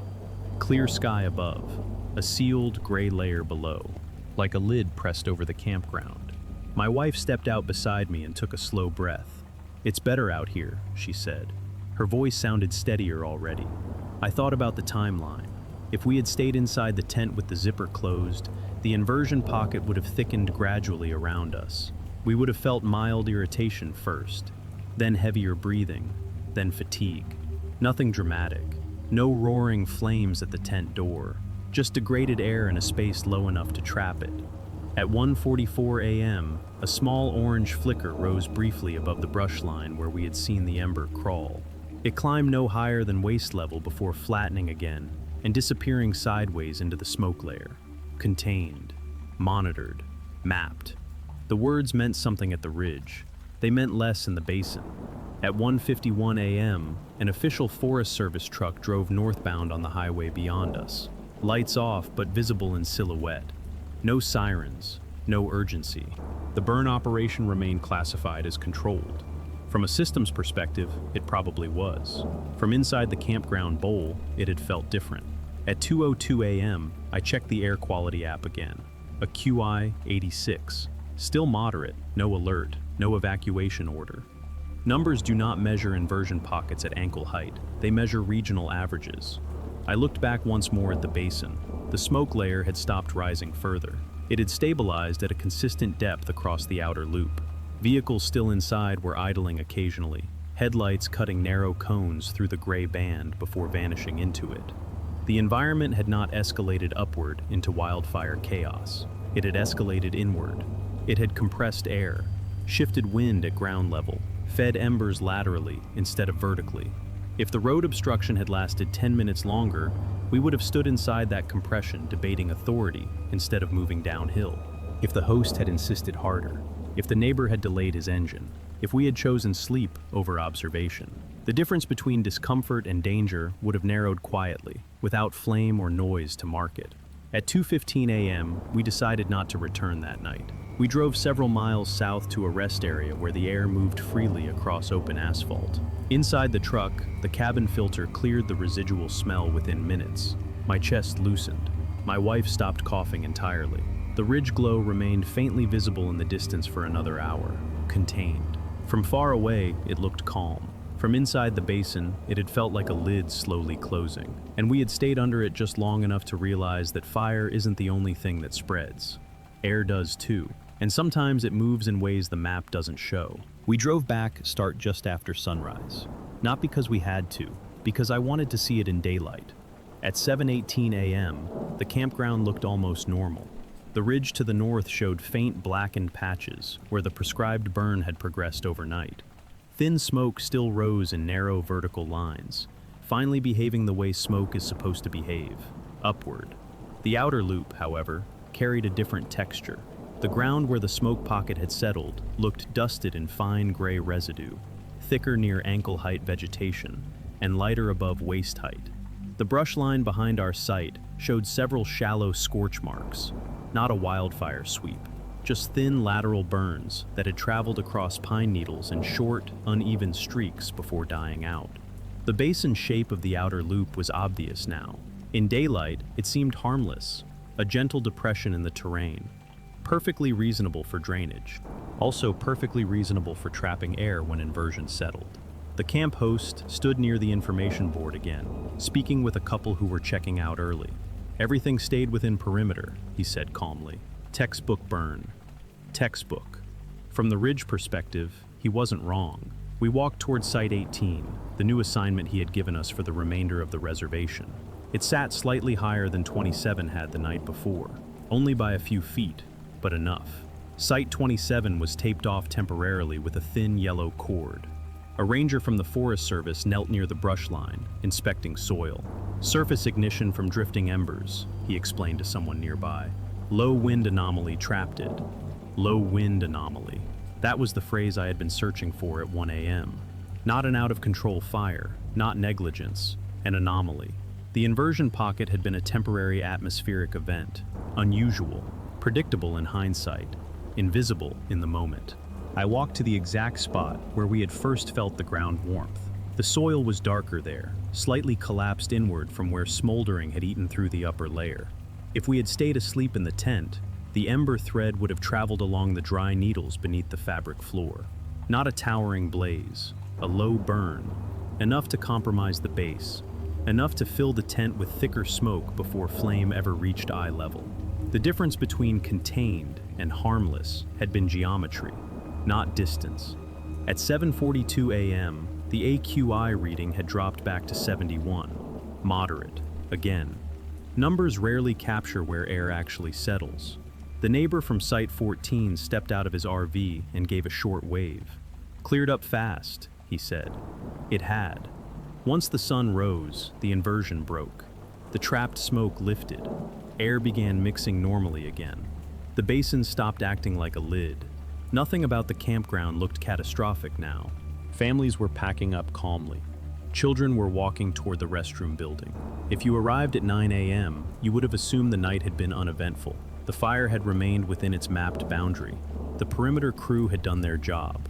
The forecast had not been technically wrong. Upper winds had pushed east. The lower air had simply chosen otherwise.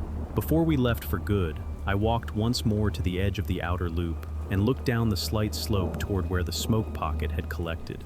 In daylight, it looked insignificant, barely a dip, but air behaves like water when conditions allow it to. It settles into the lowest available shape. It circulates quietly inside that shape, and it can stay there longer than expected. The host wasn't malicious. The neighbor wasn't reckless. The burn was controlled. All of that could be true at once. And still, the environment could reorganize around a detail no one had charted clearly at ground level. We had trusted the arrows on the board, trusted the phrase, "outside the drift line," trusted that containment at a distance meant stability at our feet. It almost did. If the road obstruction had lasted longer, if the ember thread had caught more fuel, if we had zipped the tent and gone to sleep instead of stepping outside when the air felt wrong, the story would not have involved flames. It would have involved oxygen. The fire was contained. The air wasn't. And that difference only becomes visible when you stand low enough to feel it.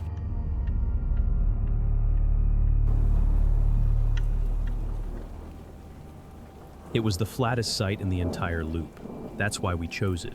The gravel pad looked newer than the others. Compacted, level, almost engineered. A small metal sign at the edge of the space read, "Improved surface." Below it, in smaller letters, "Former quarry fill, safe for tents and trailers." The word safe tends to end discussions before they begin. We were in West Texas, a desert campground carved out of land that had been repurposed over decades. The ranger at the entrance booth mentioned it casually while handing us the permit. "Old quarry back in the 70s, he said. "County filled it in. Solid ground now." Solid ground. The pad felt that way under my boots. No softness. No give.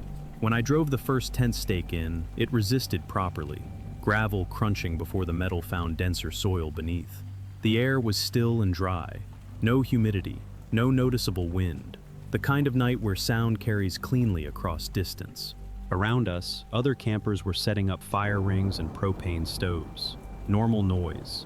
Zippers. Laughter. A generator starting briefly and then shutting off. At 6:40 p.m., I noticed something small. When I crouched to adjust the corner of the tent, the air near the ground felt warmer than the air at chest height. Not hot, just heavier.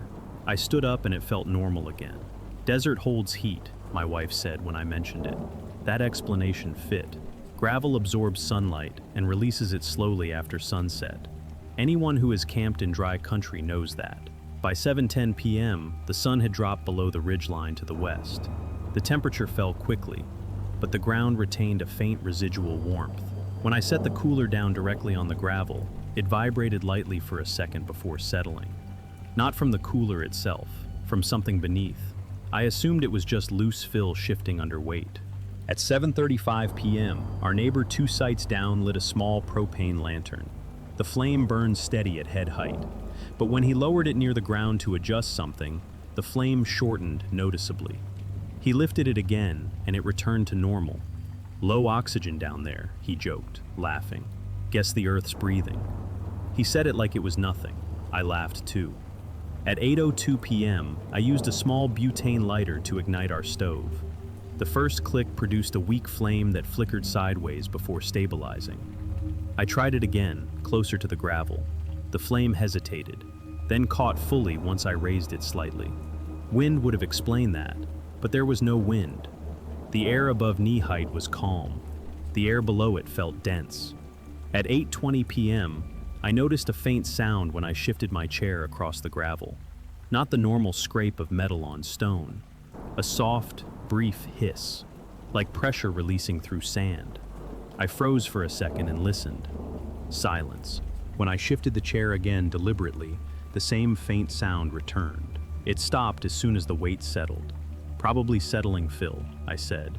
That explanation came automatically. Everything about the site looked engineered. Gravel layer on top, compacted soil beneath, official signage, county oversight.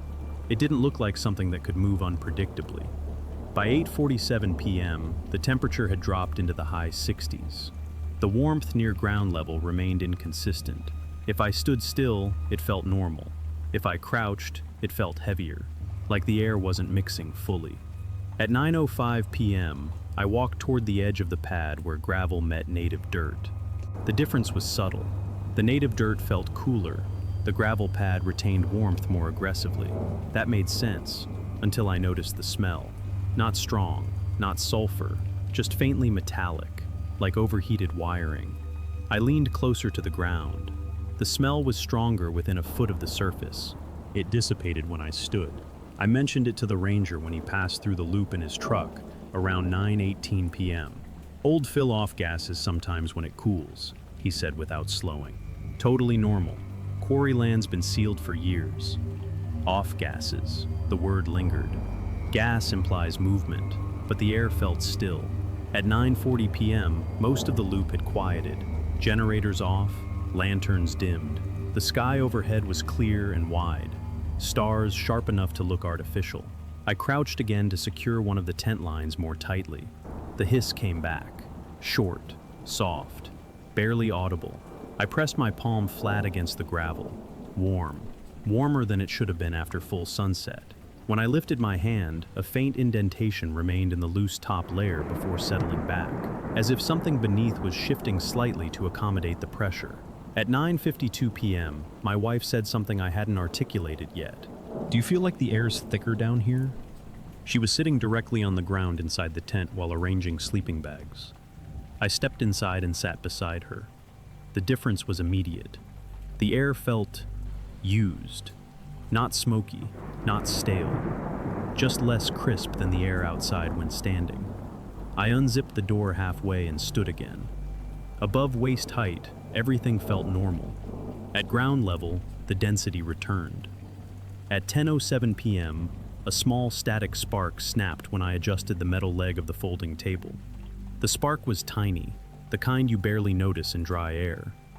But for half a second, I saw something odd. A faint blue flicker near the gravel surface. Not from the table, from the ground. It vanished instantly. No flare, no follow-up. Just a brief, low flash that hugged the surface and disappeared. I stared at the spot for several seconds. Nothing happened. No smell, no smoke. If I hadn't been looking directly at it, I would have missed it. Static, I told myself. Dry desert air produces it constantly. That explanation worked, for now. At 10:19 p.m., the air near the ground felt heavier again, and the hiss returned, this time without anything moving above it. Soft, persistent, like something beneath the gravel was slowly exhaling, and we were standing directly on top of it. The hiss continued for another minute, then stopped. Not gradually, like someone had closed a valve. The quiet that followed felt louder than the sound itself. The campground had settled into nighttime routine. A few distant voices, a zipper, someone's dog shifting in a crate. Normal noises layered over a clear desert sky. But I couldn't stop noticing the air near the ground. It didn't move the way air normally moves. It sat. At 10:33 p.m., I stepped outside the tent and stood still for a few seconds, letting my body adjust. Above waist height, the air felt crisp and normal, cool, dry, clean. When I crouched again to check the stake line, the density returned immediately. It wasn't a smell, it was a sensation, like breathing through fabric that wasn't there. My wife emerged behind me and stayed standing. "You're doing it again," she said. "Doing what?" "Crouching like you're checking for something." I didn't answer right away, because I was listening. A new sound had replaced the hiss, not as obvious, more subtle. A faint crackling under the gravel, not a fire crackle, not a campfire pop, more like tiny bubbles collapsing in sand. I pressed my ear closer, then stopped myself. That was an absurd thing to do in the dark. At 10:41 p.m., our neighbor from 2 sites down walked past toward the restrooms with a flashlight. "Everything good?" he asked casually. "Yeah," I said. He nodded toward the gravel pad. "Best sites in the loop," he said. "They filled the whole quarry and capped it. Been camping here for years." Capped. Another word that implied ceiling. He kept walking.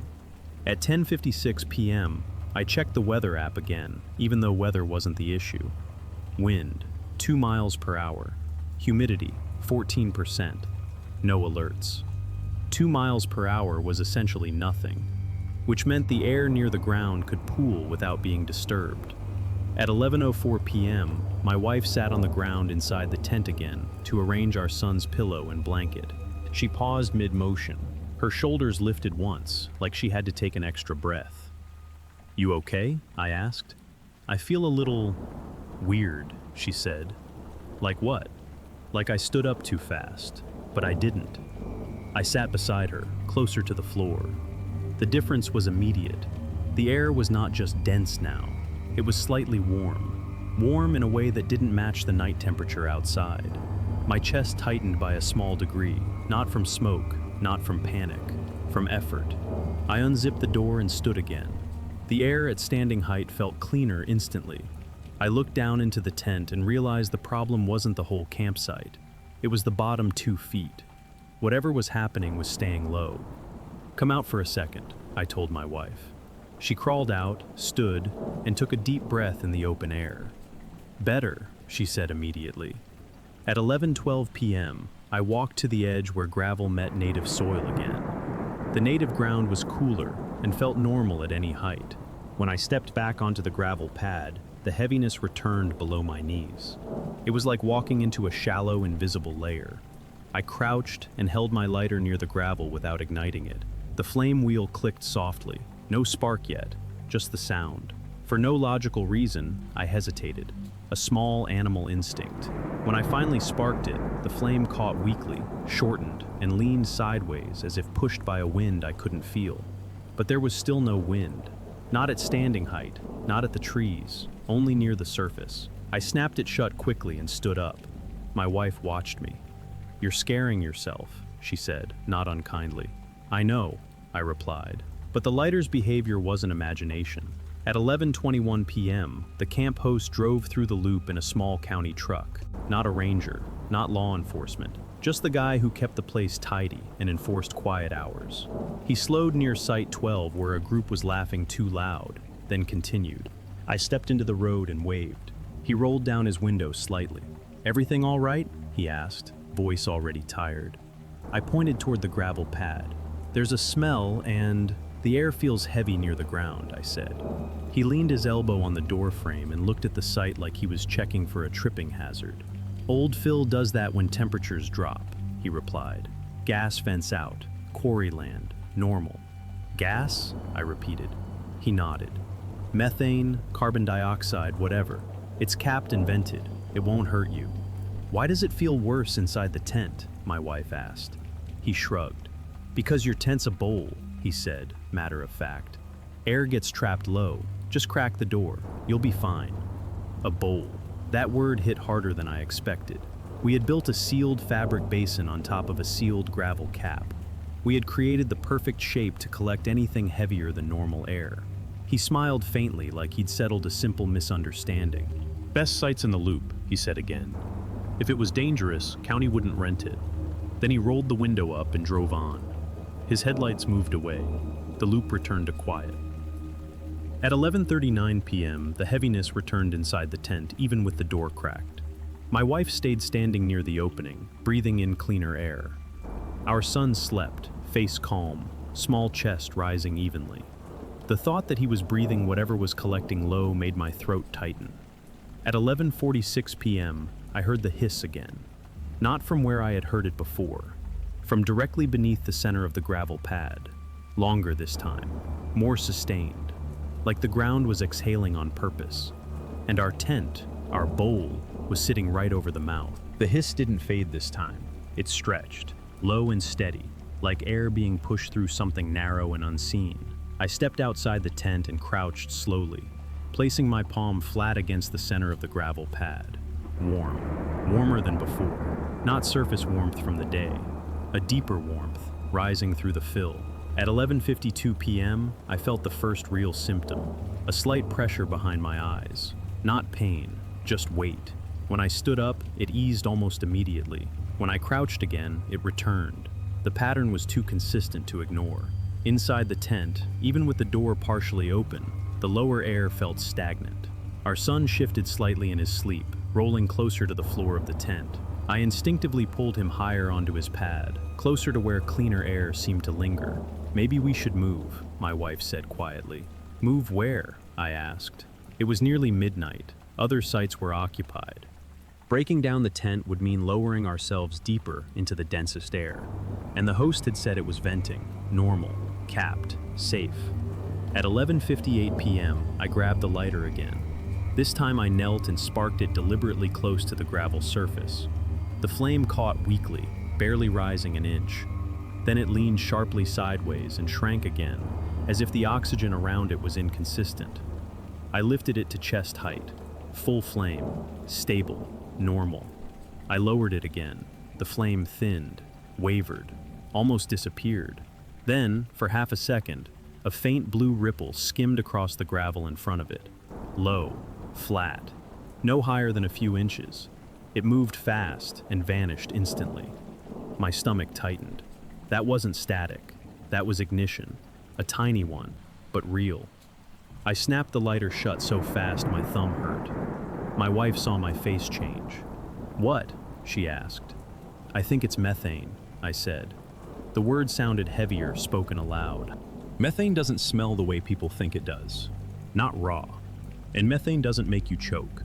It displaces oxygen, slowly, quietly. At 12:03 a.m., a new sound joined the hiss. A soft, dull thump from beneath the gravel, like a pocket collapsing somewhere under pressure. The pad shifted subtly under my boots, not enough to stumble, enough to notice. The tent pole on the left side tilted a fraction of an inch inward. The gravel there looked unchanged, but the fill beneath it was not static anymore. At 12:07 a.m., our neighbor stepped back into view, flashlight beam bouncing lightly. "You guys all right?" he asked. "Do you smell anything?" I asked him. He inhaled dramatically, almost theatrically. "Nope," he said, "just desert." I didn't argue. Smell wasn't the metric anymore. He looked down at the gravel near his own boots. "Ground feels warm though," he admitted casually. "It's capped landfill, gas pockets. They vent." "They vent where?" I asked. He shrugged. "Through the cap, I guess. Through the cap. Through the gravel. Through us." At 12:11 a.m., the pressure behind my eyes returned stronger. My wife leaned slightly against the truck again. "I feel light," she said. Not lightheaded from standing too fast. Light like gravity had shifted half a degree. I opened all tent panels fully, flattening the fabric to let air circulate. But circulation requires movement, and the air at ground level wasn't moving. It was pooling. At 12:15 a.m., I heard the hiss change pitch. Higher now, sharper. I stepped to the exact center of the pad and crouched again. The sound intensified, directly beneath me. I stood immediately. "Get in the truck," I said. My wife didn't argue this time. As she lifted our son, I reached for the folding chair to move it aside. The metal leg scraped across the gravel. A tiny static snap popped between the leg and the stones. For one split second, a thin blue flame shot outward in a flat ring about 2 feet wide across the surface. Not upward, outward, like a ripple on water. Then gone. No explosion, no roar, just a visible confirmation that something flammable had been waiting. My heart slammed once, hard enough to make me dizzy in a different way. If that spark had been stronger, if the concentration had been slightly higher, if we had ignited the stove while crouching instead of standing, the flame would not have stayed flat. At 12:18 a.m., I felt the gravel shift again under my boots. A slight sinking in the center, as if something beneath had burned away or compressed. The tent sagged in response, just slightly, not collapse, adjustment. The host's truck lights appeared at the far end of the loop again. I waved frantically this time. He slowed but did not stop fully. "What now?" he called. "There's ignition," I said. "Low-level ignition." He shook his head. "Methane disperses too fast to pool," he replied. "You're overthinking it." Another dull thump sounded beneath the pad. The gravel at the center dipped visibly this time by maybe half an inch. Not dramatic, but enough. Enough to show that whatever was venting wasn't just air.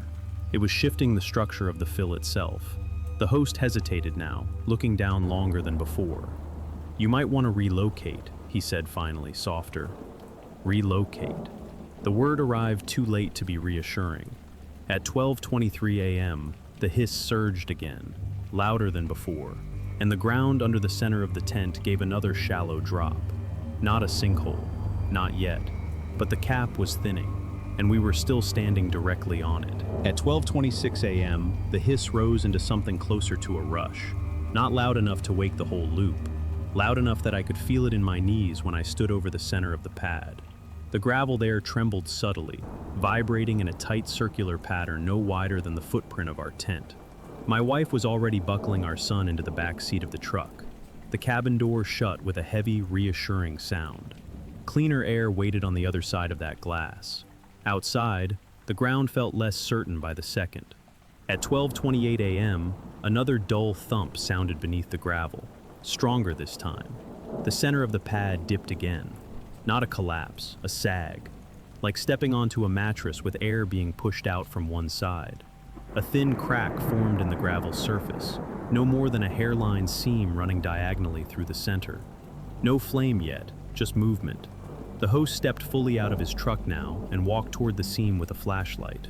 "Stand back," he said automatically, though his voice carried less authority than before. He crouched, shining the beam directly into the crack. A faint shimmer moved within it. Not liquid, not soil, something lighter. At 12:31 a.m., the shimmer intensified, and a small plume of air escaped from the seam with a sharp exhale. The flashlight beam caught it, a distortion, almost like heat waves over asphalt. Then the smell hit harder than before. Still not sulfur, more like metallic exhaust without combustion. The host stepped back quickly this time. "Okay," he said under his breath, not to us, to himself. At 12:33 a.m., a neighboring camper opened his tent flap and stepped barefoot onto the gravel. He took 2 steps toward the seam. "Hey, what's—" The hiss spiked suddenly. The seam widened by a fraction of an inch, and a thin blue flash ran across it again, longer this time, maybe 3 feet, hugging the surface before vanishing. The camper froze.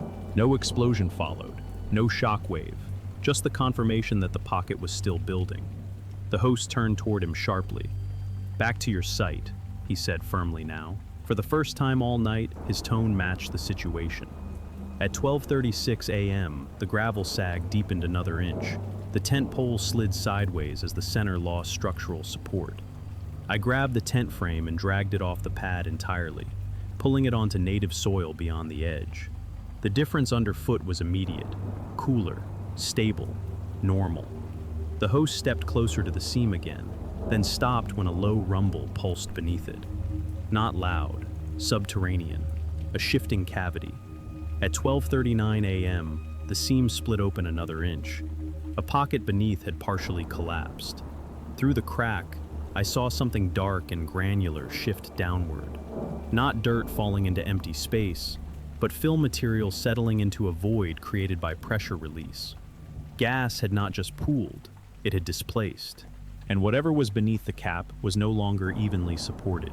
If the tent had remained centered there, the sag would have tilted it inward. If we had been asleep, the mattress would have rolled toward the lowest point. And if ignition had occurred at peak concentration, the flash would not have remained flat. At 12:42 a.m., the host finally keyed his radio. "Maintenance to outer loop," he said calmly, though his breathing sounded less steady. "Possible landfill gas pocket breach." Landfill. The word replaced quarry in my mind instantly. Quarry sounded clean. Landfill sounded layered. Organic decay under engineered confidence.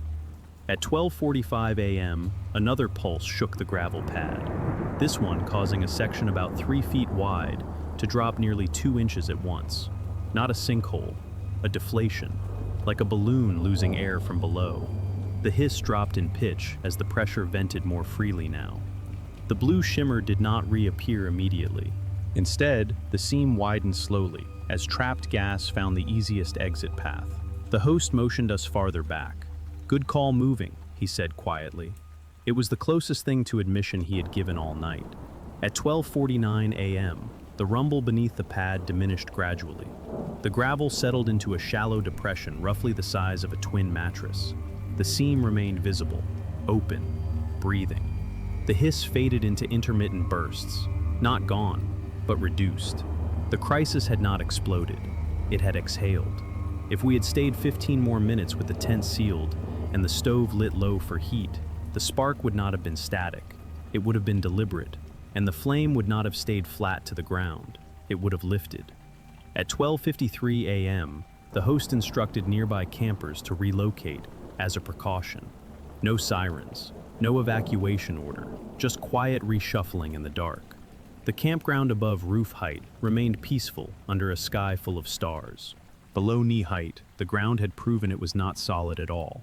At 12:58 a.m., the seam gave one final soft sigh, then went still. But the depression remained, a shallow, oval reminder of the void that had been holding pressure beneath our sleeping bags. The pad had not exploded, it had yielded, and we had been standing exactly where it chose to give way. We didn't sleep after that, not really. At 1:12 a.m., maintenance trucks arrived without sirens. 2 men in reflective vests stepped out, carrying handheld gas monitors and a long metal probe. No urgency in their movements, just procedure. One of them walked directly to the depression in the gravel pad and lowered the probe into the seam. The device in his other hand began to tick, not loudly, not dramatically, but steadily. He glanced at the screen and gave a short nod to the other worker. "Pocket breach," he said. "Pressure release mostly complete." Mostly. The word didn't feel finished. At 1:19 a.m., they inserted a temporary vent pipe into the seam, a thin metal tube that extended about 3 feet above ground level. Within seconds, a faint current of air flowed upward through it, invisible but measurable. The monitor continued its quiet ticking. I stood several yards back with my wife and son inside the truck, engine running, windows closed. The host approached again, slower this time. "County will log it in the morning," he said. "It happens occasionally. Fill shifts, gas builds." "How often?" I asked. He didn't answer directly. "Not common," he said instead. At 1:34 a.m., the second maintenance worker stepped away from the probe and wiped his forehead. "Concentration's dropping," he said, "but it pooled hard." Pooled hard. The phrase replayed in my mind. Not dispersed, not ventilated. Pooled. At 1:47 a.m., the gas monitor tone changed pitch briefly. Not alarm, but elevated. The worker adjusted the probe angle and the tone lowered again. Controlled release. Managed pressure. Under our sleeping bags. At 2:03 a.m., the host finally closed Site 7 with a strip of reflective tape across the gravel pad and a temporary orange cone placed near the seam. He did not remove the "improved surface" sign. He simply added another one beneath it. Temporarily closed for maintenance. Nothing about gas. Nothing about landfill. Nothing about ignition. By 2:21 a.m., the loop returned to near silence. A few campers had relocated quietly to outer sites. No one seemed fully aware of how close the margin had been. From above waist height, nothing looked different. Stars still sharp, air still clear, the desert still still. Only the shallow depression in the gravel marked the place where the cap had thinned. At 6:42 a.m., the sun rose over the ridge and exposed the scene in full daylight. The depression looked smaller in the light, less dramatic, almost harmless. A county vehicle arrived around 8:10 a.m. with 2 officials in plain shirts, not uniforms. They carried clipboards and spoke with the maintenance crew in low voices. I overheard enough. Organic decomposition, sealed improperly in early fill, gas migration under cap. They avoided the word landfill again, but one of them used it once quietly when he thought no one else was listening. "Old landfill layers were never fully mapped," he said. "Pockets happen. Pockets happen." At 8:37 a.m., they replaced the temporary vent with a wider permanent pipe, capped at the top but vented sideways to allow controlled release. A visible fix for an invisible problem. The host apologized in the way people apologize when policy shields them. "Glad you noticed it early," he said. "Most people wouldn't." I thought about that. If we hadn't crouched repeatedly, if we hadn't tested the lighter low, if we had trusted the word safe without noticing the heaviness, the tent would have remained centered over the depression as it deepened. The bowl would have filled more completely, and when ignition finally came, because eventually someone would have struck a spark, the flame would not have stayed flat. At 9:02 a.m., we packed in daylight. The gravel underfoot felt cool and solid again, deceptively so. The vent pipe stood upright in the center of the depression like a quiet confession. Air moved through it constantly, silent now, controlled. I knelt once more before leaving, and placed my palm on the gravel near the seam. No warmth, no hiss, just stillness. But stillness doesn't mean absence. It means pressure has found a path. As we drove out of the campground, I glanced back at the sign. Improved surface, former quarry fill, safe for tents and trailers. None of those words were technically false. The ground had held. The cap had not exploded. The county had responded. But safe had meant something different at knee height than it did at standing height. Safe had meant nothing if you were breathing at floor level. We didn't smell it. We didn't see it. We only felt it once we lowered ourselves close enough to the ground. And if we had stayed lower a little longer, we would have learned what happens when the air beneath you decides it has nowhere else to go.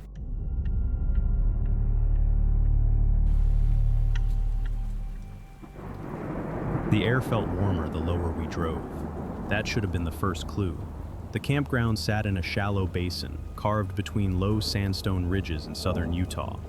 From the highway, you could barely see it, just a dip in the land where cottonwoods gathered, and the road curved gently downward before looping back up the other side. The ranger at the entrance kiosk handed us a map and tapped the bottom half of the loop with his pen. Those sites are more sheltered, he said. Less wind at night. Less wind sounded good. Forecast said 48 degrees after sunset. No storms, no fronts, just clear desert sky. We chose Site 14 because it was the lowest point in the loop. Flat, protected, tucked into the basin like it belonged there.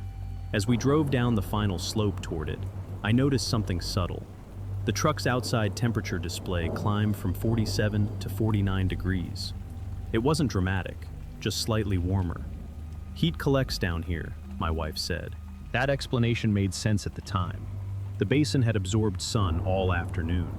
Warm air settling low before evening cool down felt reasonable. By 6:15 p.m. we had the tent up. The ground was sandy over packed clay.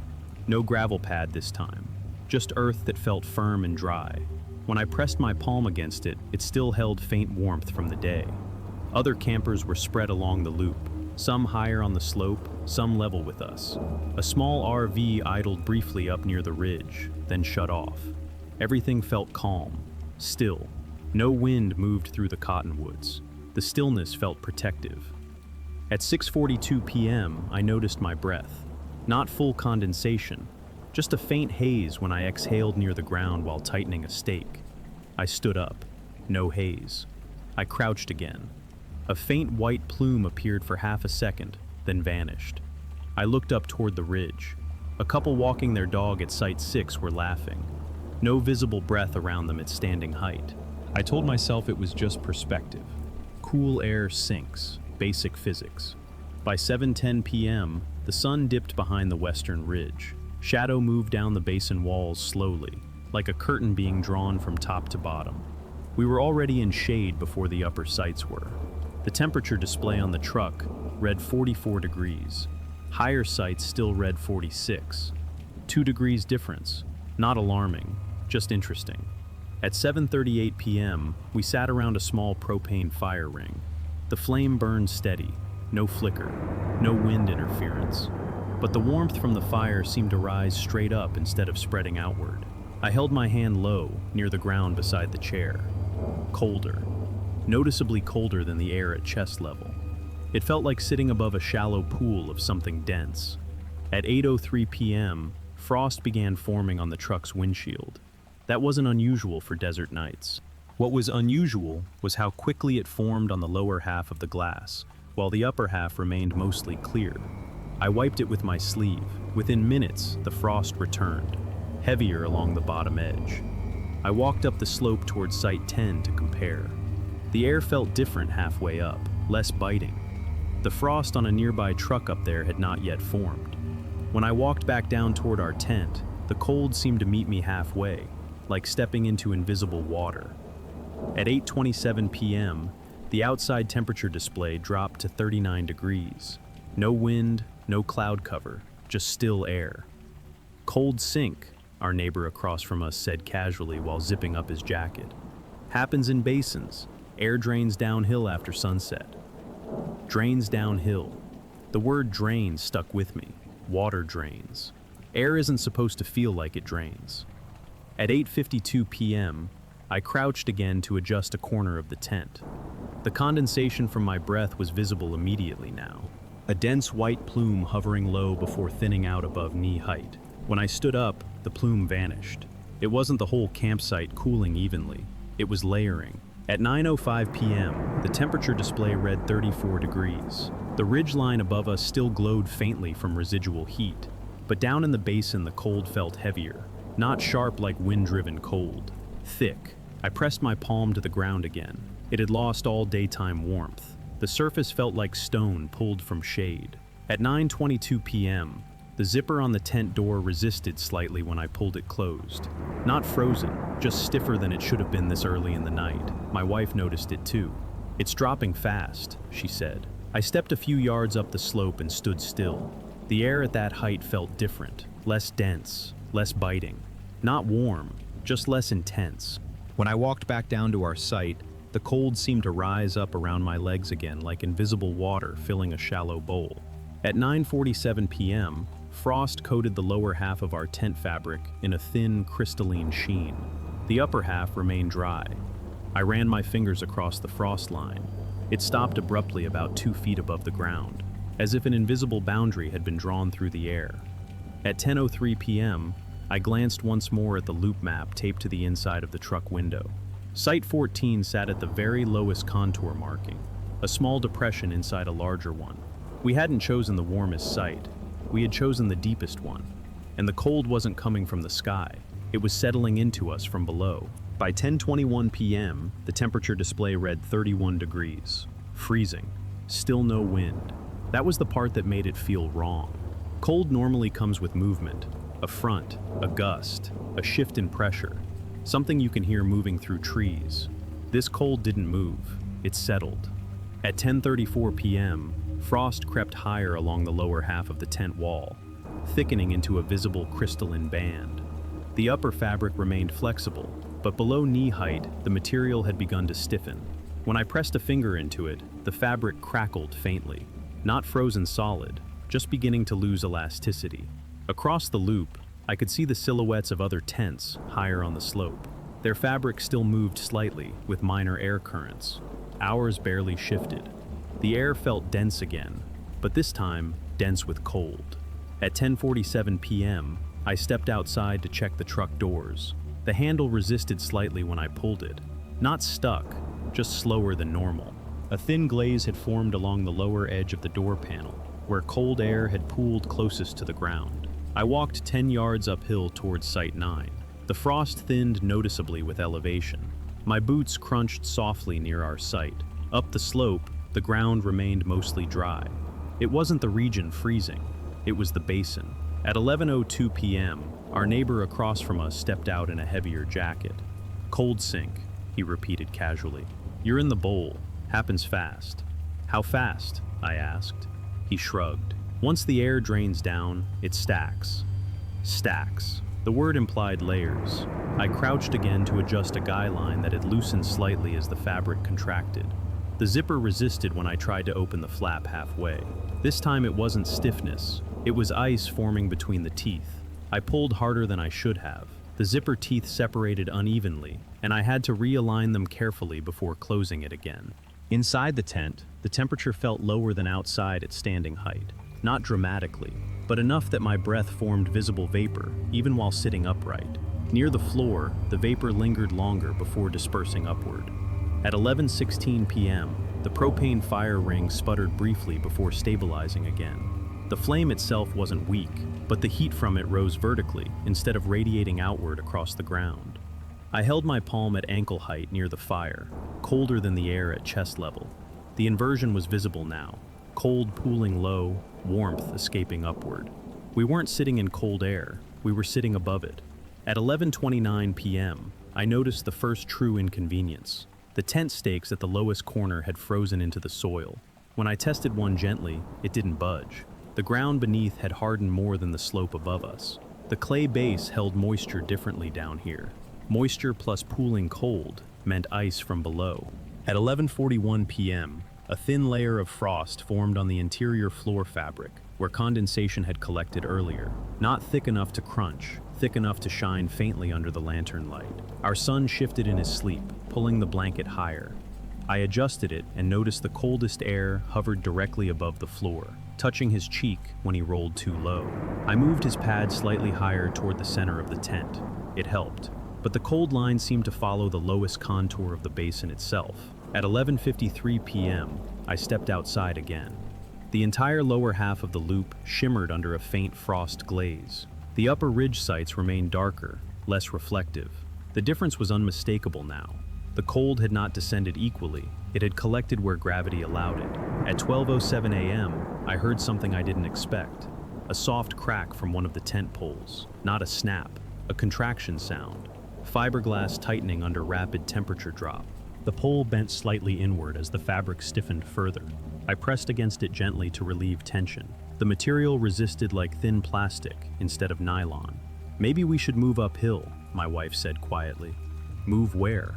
Breaking down the tent would require unzipping doors that were already icing at the base, pulling stakes frozen into hardened clay, packing gear exposed to sub-freezing air while our son slept.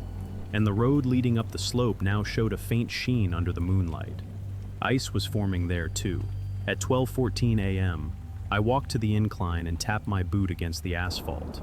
The surface was slick near the lowest curve, a thin, invisible glaze. No snow, no precipitation. Just condensation freezing where cold air pooled longest. Above the curve, the pavement felt dry. Below it, reflective. The basin was trapping more than temperature now. It was trapping mobility. At 12:22 a.m., I stood at the center of our site and exhaled slowly. The vapor from my breath descended instead of rising. It dropped toward the ground before thinning out. That was the moment it stopped feeling like weather and started feeling like structure. The cold wasn't passing through. It was staying, layering, stacking, filling the lowest space first, and we had chosen the deepest point in the bowl. By 12:31 a.m., the cold had stopped feeling like temperature. It felt like pressure. The basin was silent. No wind in the cottonwoods, no shifting fabric from neighboring tents, just a stillness thick enough that every small sound carried too clearly. I unzipped the tent door halfway to let air circulate. The zipper moved 3 inches, then locked. Ice had formed along the lower teeth, bonding fabric to fabric. I pulled gently, nothing. Pulled harder. The zipper jerked upward another inch before stopping again. The bottom section was sealed, not by snow, by condensation that had frozen exactly where the cold air pooled. I stepped outside and ran my fingers along the lower edge of the tent wall. The fabric was rigid from ankle height down, flexible above that. A visible frost line divided the material like a tide mark. At 12:44 a.m., our son stirred and let out a soft cough. Not sick, just reacting to dry, cold air. I crouched to adjust his sleeping bag and immediately felt the difference again. The air at floor level was several degrees colder than the air at shoulder height. Not imagination, physical. My breath pooled near the ground before thinning upward. Cold air wasn't circulating, it was stacking. At 12:52 a.m., another sharp crack sounded from one of the poles. This one louder. I pressed my palm against it and felt tension running through the fiberglass as the material contracted. If the temperature dropped much further, something would give. Not catastrophically, just enough to tilt. Outside, I heard the faint scrape of boots. Our neighbor across the loop was testing his truck door. It opened, but slowly. He started the engine briefly, then shut it off, testing mobility. At 1:03 a.m., I walked to our truck again. The door handle resisted more this time. The lower edge had frozen flush against the frame. I had to pull upward slightly while tugging outward to break the thin ice seal. When it finally opened, the sound was small but sharp, ice cracking along metal. I started the engine for a moment to keep fluids warm, then shut it off again. The exhaust rose straight up, then flattened abruptly about 3 feet above ground, spreading horizontally before dissipating. The inversion was visible in the exhaust plume itself. Cold air was trapped below a warmer layer. At 1:17 a.m., I walked toward the slope leading out of the loop. The incline now glistened under moonlight. Not snow, not thick ice. Just a thin glaze invisible until light struck it at the right angle. I stepped onto it cautiously. My boot slid half an inch before catching. Above the curve, the pavement remained mostly dry. Below it, reflective. The basin wasn't just collecting cold. It was collecting condensation from everything warmer above it. Vehicles, breath, residual ground heat. Moisture had nowhere to go. At 1:29 a.m., the tent fabric made a brittle, snapping sound as it flexed inward slightly. The lower frost band had thickened into a translucent crust. I tapped it lightly with my knuckle. It sounded like thin plastic. Inside, the interior floor had developed a thin sheen of ice where condensation had settled earlier. Not thick enough to skate on, thick enough that when I pressed my palm down, it felt slick. Our sun shifted again, and I realized the lowest point of the tent floor was now the coldest. The fabric had tightened just enough that the center sagged by a fraction of an inch. Cold air sought the lowest point, and that lowest point was now directly beneath him. At 1:42 a.m., the temperature display read 26 degrees. The ridge above still showed faint movement in tree branches. Down here, nothing moved. Even sound felt dampened, not by wind, by density. At 1:53 a.m., a vehicle engine higher up the loop started and rolled forward cautiously. Its headlights swept briefly across our site. The beam illuminated a visible frost gradient across the ground. Heavier near the center of the basin, lighter toward the slope. The driver paused halfway down the incline, tires slipping slightly before catching traction and climbing back upward. He did not attempt to descend again. The basin had become a trap, not because of severity, but because of accumulation.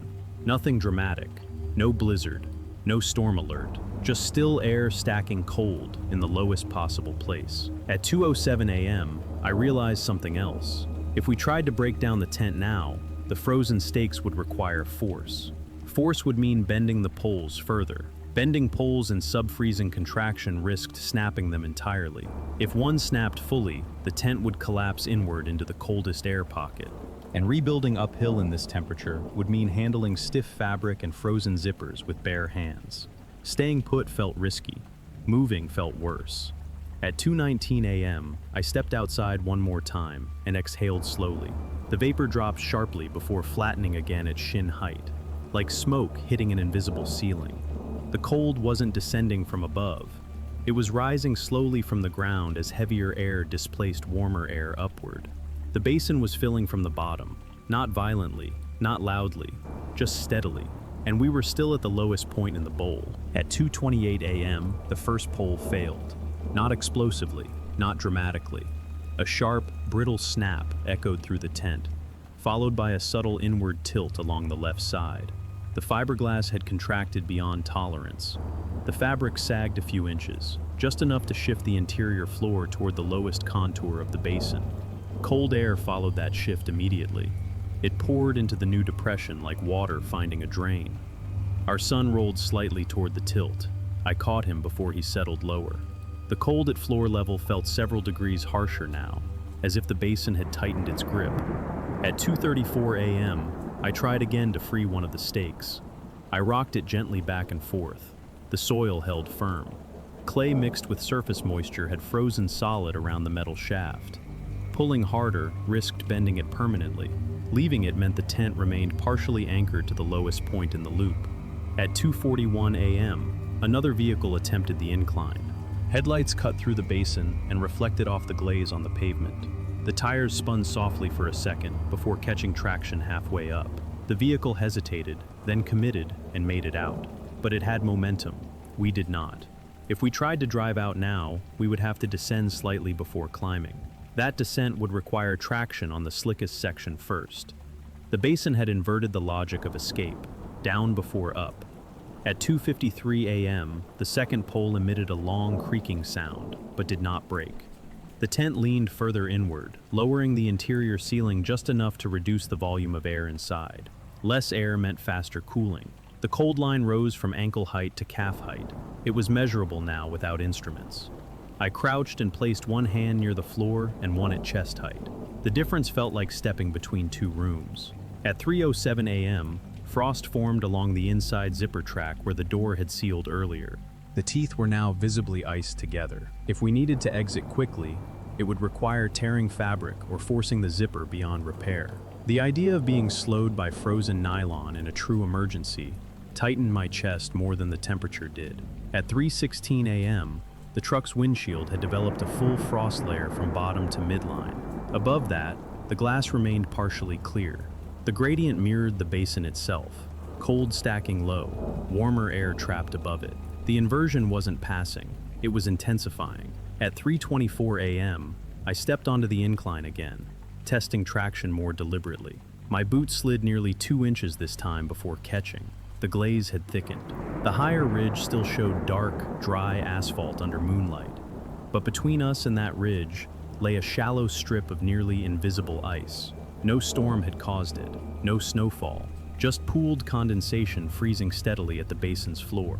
At 3:31, not because of wind, not because of snow, because the structure we relied on to separate us from the ground was shrinking into the coldest layer available. At 4:11 a.m., I made the decision. We would move the sleeping pads into the truck and wait out the rest of the night there. The doors opened with effort, but opened. The engine started. Heat from the vents began to circulate slowly through the cabin. Outside, the tent leaned inward like a shallow bowl, collecting the densest air in the basin. At 4:24 a.m., as we sat in the truck with the heater running low, I watched the vapor from the exhaust once more. It rose 3 feet, then flattened sharply and spread sideways across the loop. The cold layer was at least that deep now, 3 feet of pooled air heavier than the atmosphere above it. 3 feet of difference between discomfort and structural failure.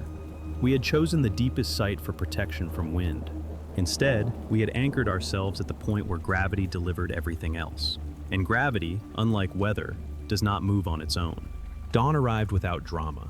No storm front, no cloud cover, just pale light spilling over the ridge and sliding slowly down into the basin. From inside the truck, the world looked calm again. The heater had kept the interior warm enough to dull the edge of the night. Our son slept in the back seat, wrapped in blankets, breathing steadily. When I stepped outside at 6:18 a.m., the air felt different. Not warm, just moving again. The inversion had begun to break.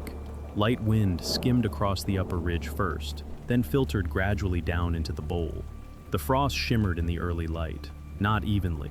A perfect ring marked the lowest contour of the basin, heavy white coating below that line, and thin patches above it. Our sight sat squarely inside the thickest band. The tent leaned inward, fabric stiff and pale along the lower half. Poles fractured at 2 points where contraction had exceeded tolerance. Nothing catastrophic, nothing violent, just structural fatigue in the coldest pocket available. I walked uphill towards Site 10. The ground there felt different immediately. Less crunch underfoot, less glaze on the asphalt. At the top of the incline, the pavement was almost completely dry. I turned back and looked down into the loop. The basin looked like a shallow bowl filled with powdered glass. Every vehicle parked below a certain contour wore a frost line halfway up its doors. Above that contour, metal reflected sunlight cleanly. The boundary was visible now in daylight, a contour line written in ice.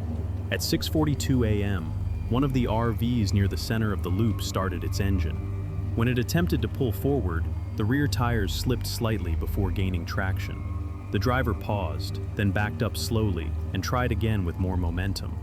He cleared the incline, but not without leaving faint skid marks where glaze had formed. Another camper near the ridge descended carefully to inspect damage below. "Cold sink hit hard last night," he said. "Hard enough to snap poles," I replied. He nodded toward our site. "You were at the bottom," he said simply, as if that explained everything. At 7:05 a.m., the ranger arrived in his pickup truck. He surveyed the loop calmly, taking in the frost gradient without surprise. "Happens a few times a season," he said when I mentioned the pole failures. "Why no warning?" I asked. He looked at the basin thoughtfully. "Can't predict exact pooling depth," he said. "Depends on humidity, ground moisture, wind shear. It's natural drainage." Drainage again. He pointed toward the ridge. "Higher sites avoided," he added. Avoided, as if elevation were a personal choice rather than a limited resource allocated first come, first served. At 7:18 a.m., sunlight reached the lowest point of the basin. The frost began to soften visibly, not instantly melting, just losing its edge. The glaze on the asphalt thinned within minutes as air began circulating again. The inversion had broken the same way it formed, silently, predictably, by physics. I knelt near the lowest corner of our site and pressed my palm against the ground. No longer frozen solid, just damp. The basin had not been dangerous in the way storms are dangerous. It had not roared, it had not blown. It had simply allowed gravity to do what gravity always does. Cold air is heavier, it drains, it pools, and it stays until something forces it upward. At 7:42 a.m., we began dismantling the tent. The frozen stakes released more easily now that the surface thawed slightly. The fractured poles remained permanently bent, fibers splintered where contraction had peaked during the coldest hour. No apology came from the environment. No warning came from the sky. The night had not been extreme by forecast standards. It had been ordinary on paper. But ordinary changes shape when land contours funnel it into one place. As we loaded the truck, I glanced once more at the loop from above. The basin looked harmless in full daylight, just a gentle dip between ridges. No signage marked the cold boundary that had existed hours earlier. No contour line warned future campers where breath would begin to fall instead of rise. The map at the entrance kiosk showed Site 14 as sheltered. It was, from wind, not from weight. As we drove up and out of the basin, the temperature display climbed steadily from 28 to 35 degrees within a quarter mile. Same air mass, different elevation. The cold had not come from the sky. It had collected where the land told it to, and we had chosen the exact point where gravity delivers everything it carries.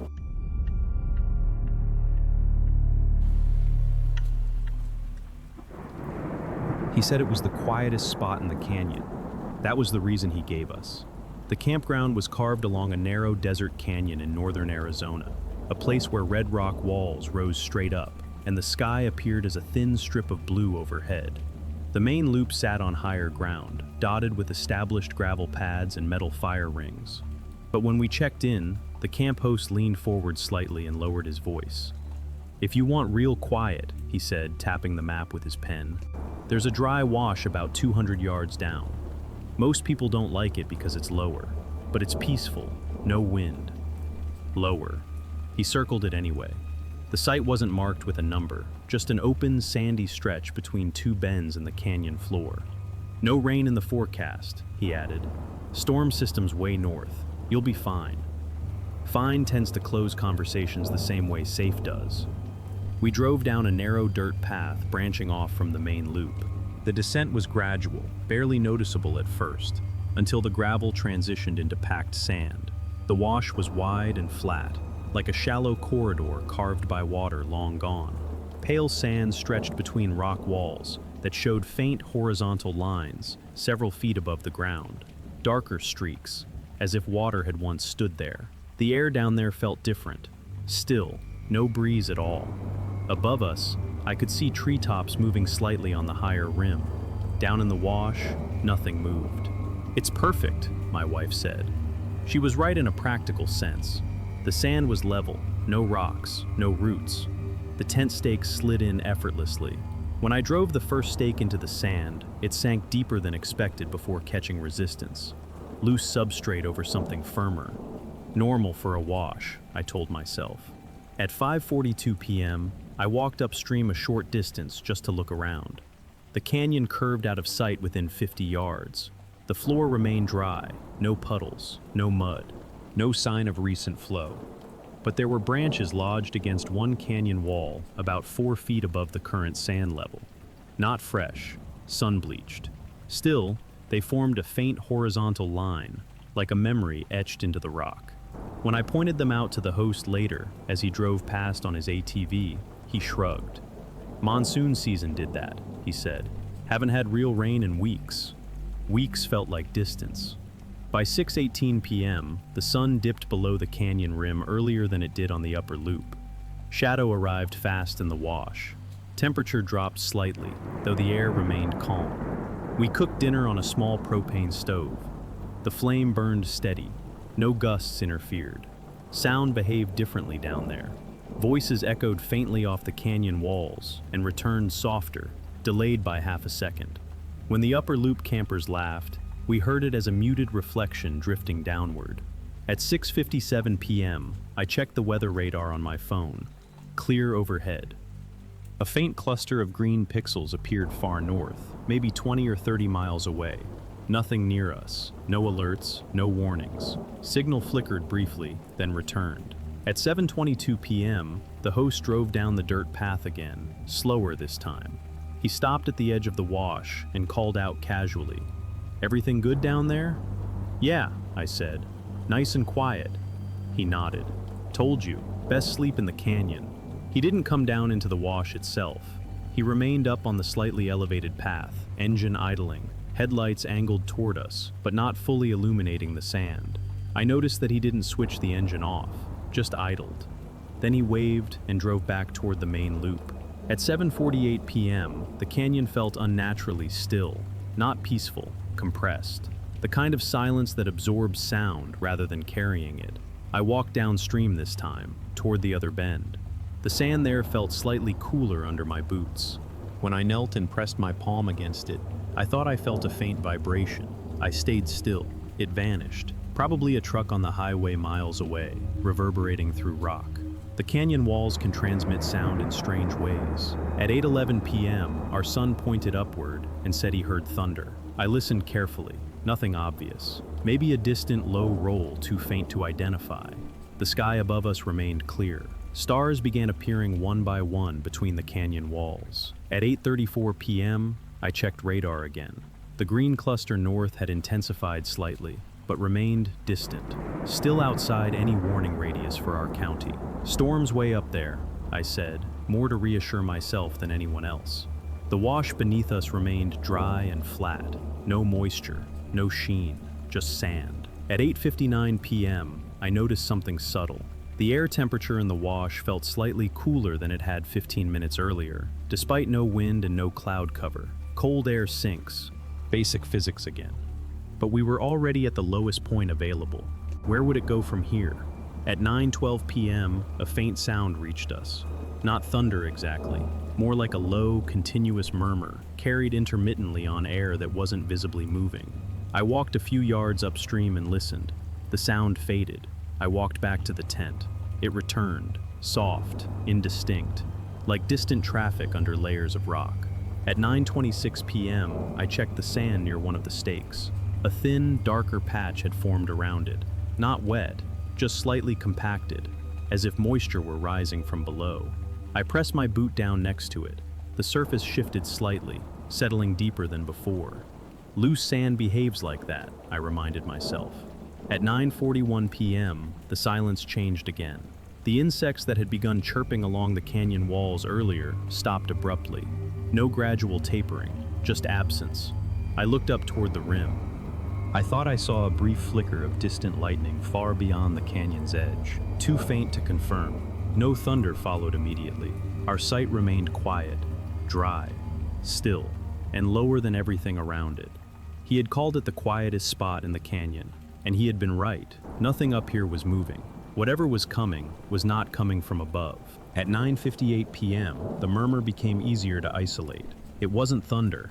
Thunder rolls and fades. This sound persisted, low, continuous, distant, like something heavy moving through a confined space. I walked upstream again, farther this time, rounding the first bend in the canyon. The sky above that section showed faint illumination beyond the rim, not directly overhead, but somewhere far past the rock walls, lightning without storm clouds above us. When I checked radar again, the signal flickered. The green cluster north had intensified into yellow and orange patches, still miles away, still outside our immediate forecast zone, but closer than before. Signal dropped to 1 bar, then none. The canyon swallowed reception as easily as it swallowed sound. At 10:07 p.m., I returned to the tent and pressed my palm against the sand near the upstream edge of our site. The darker patch had expanded, not visibly wet, but cooler, denser. I pressed harder with my boot. The surface compacted faster than earlier, as if moisture were binding grains together beneath the top layer. "Feels different," I said quietly. My wife looked toward the bend upstream. "You hear that?" she asked. The murmur had deepened slightly, not louder, just closer. At 10:14 p.m., the first trickle appeared. It didn't arrive as a wave. It seeped through the upstream sand like a thin, dark line spreading across the surface. Not dramatic, just a narrow ribbon of dampness pushing forward slowly. I crouched and watched it advance. It moved with purpose, not random seepage, directional, down canyon, toward us. "There's water," I said. My wife stood immediately. "How much?" "Not much yet." Yet. The word hung heavier than the sound. At 10:19 p.m., I looked up toward the path where the host had idled earlier.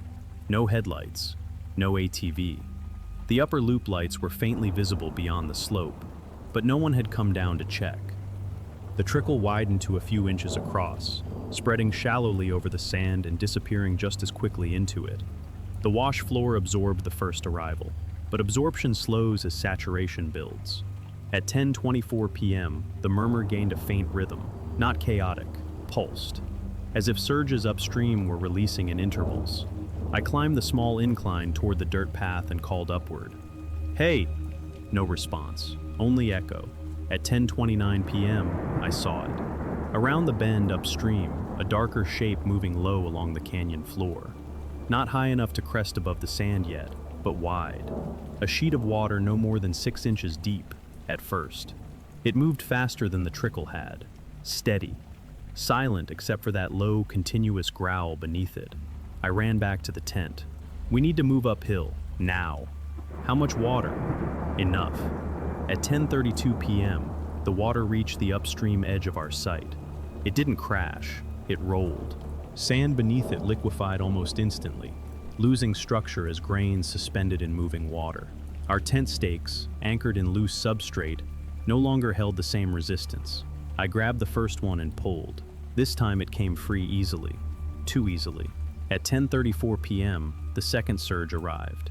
Higher than the first, a foot deep now. Still not a wall, but strong enough to shift objects in its path. Our small folding chair tipped and drifted sideways before catching against the tent frame. The sound changed.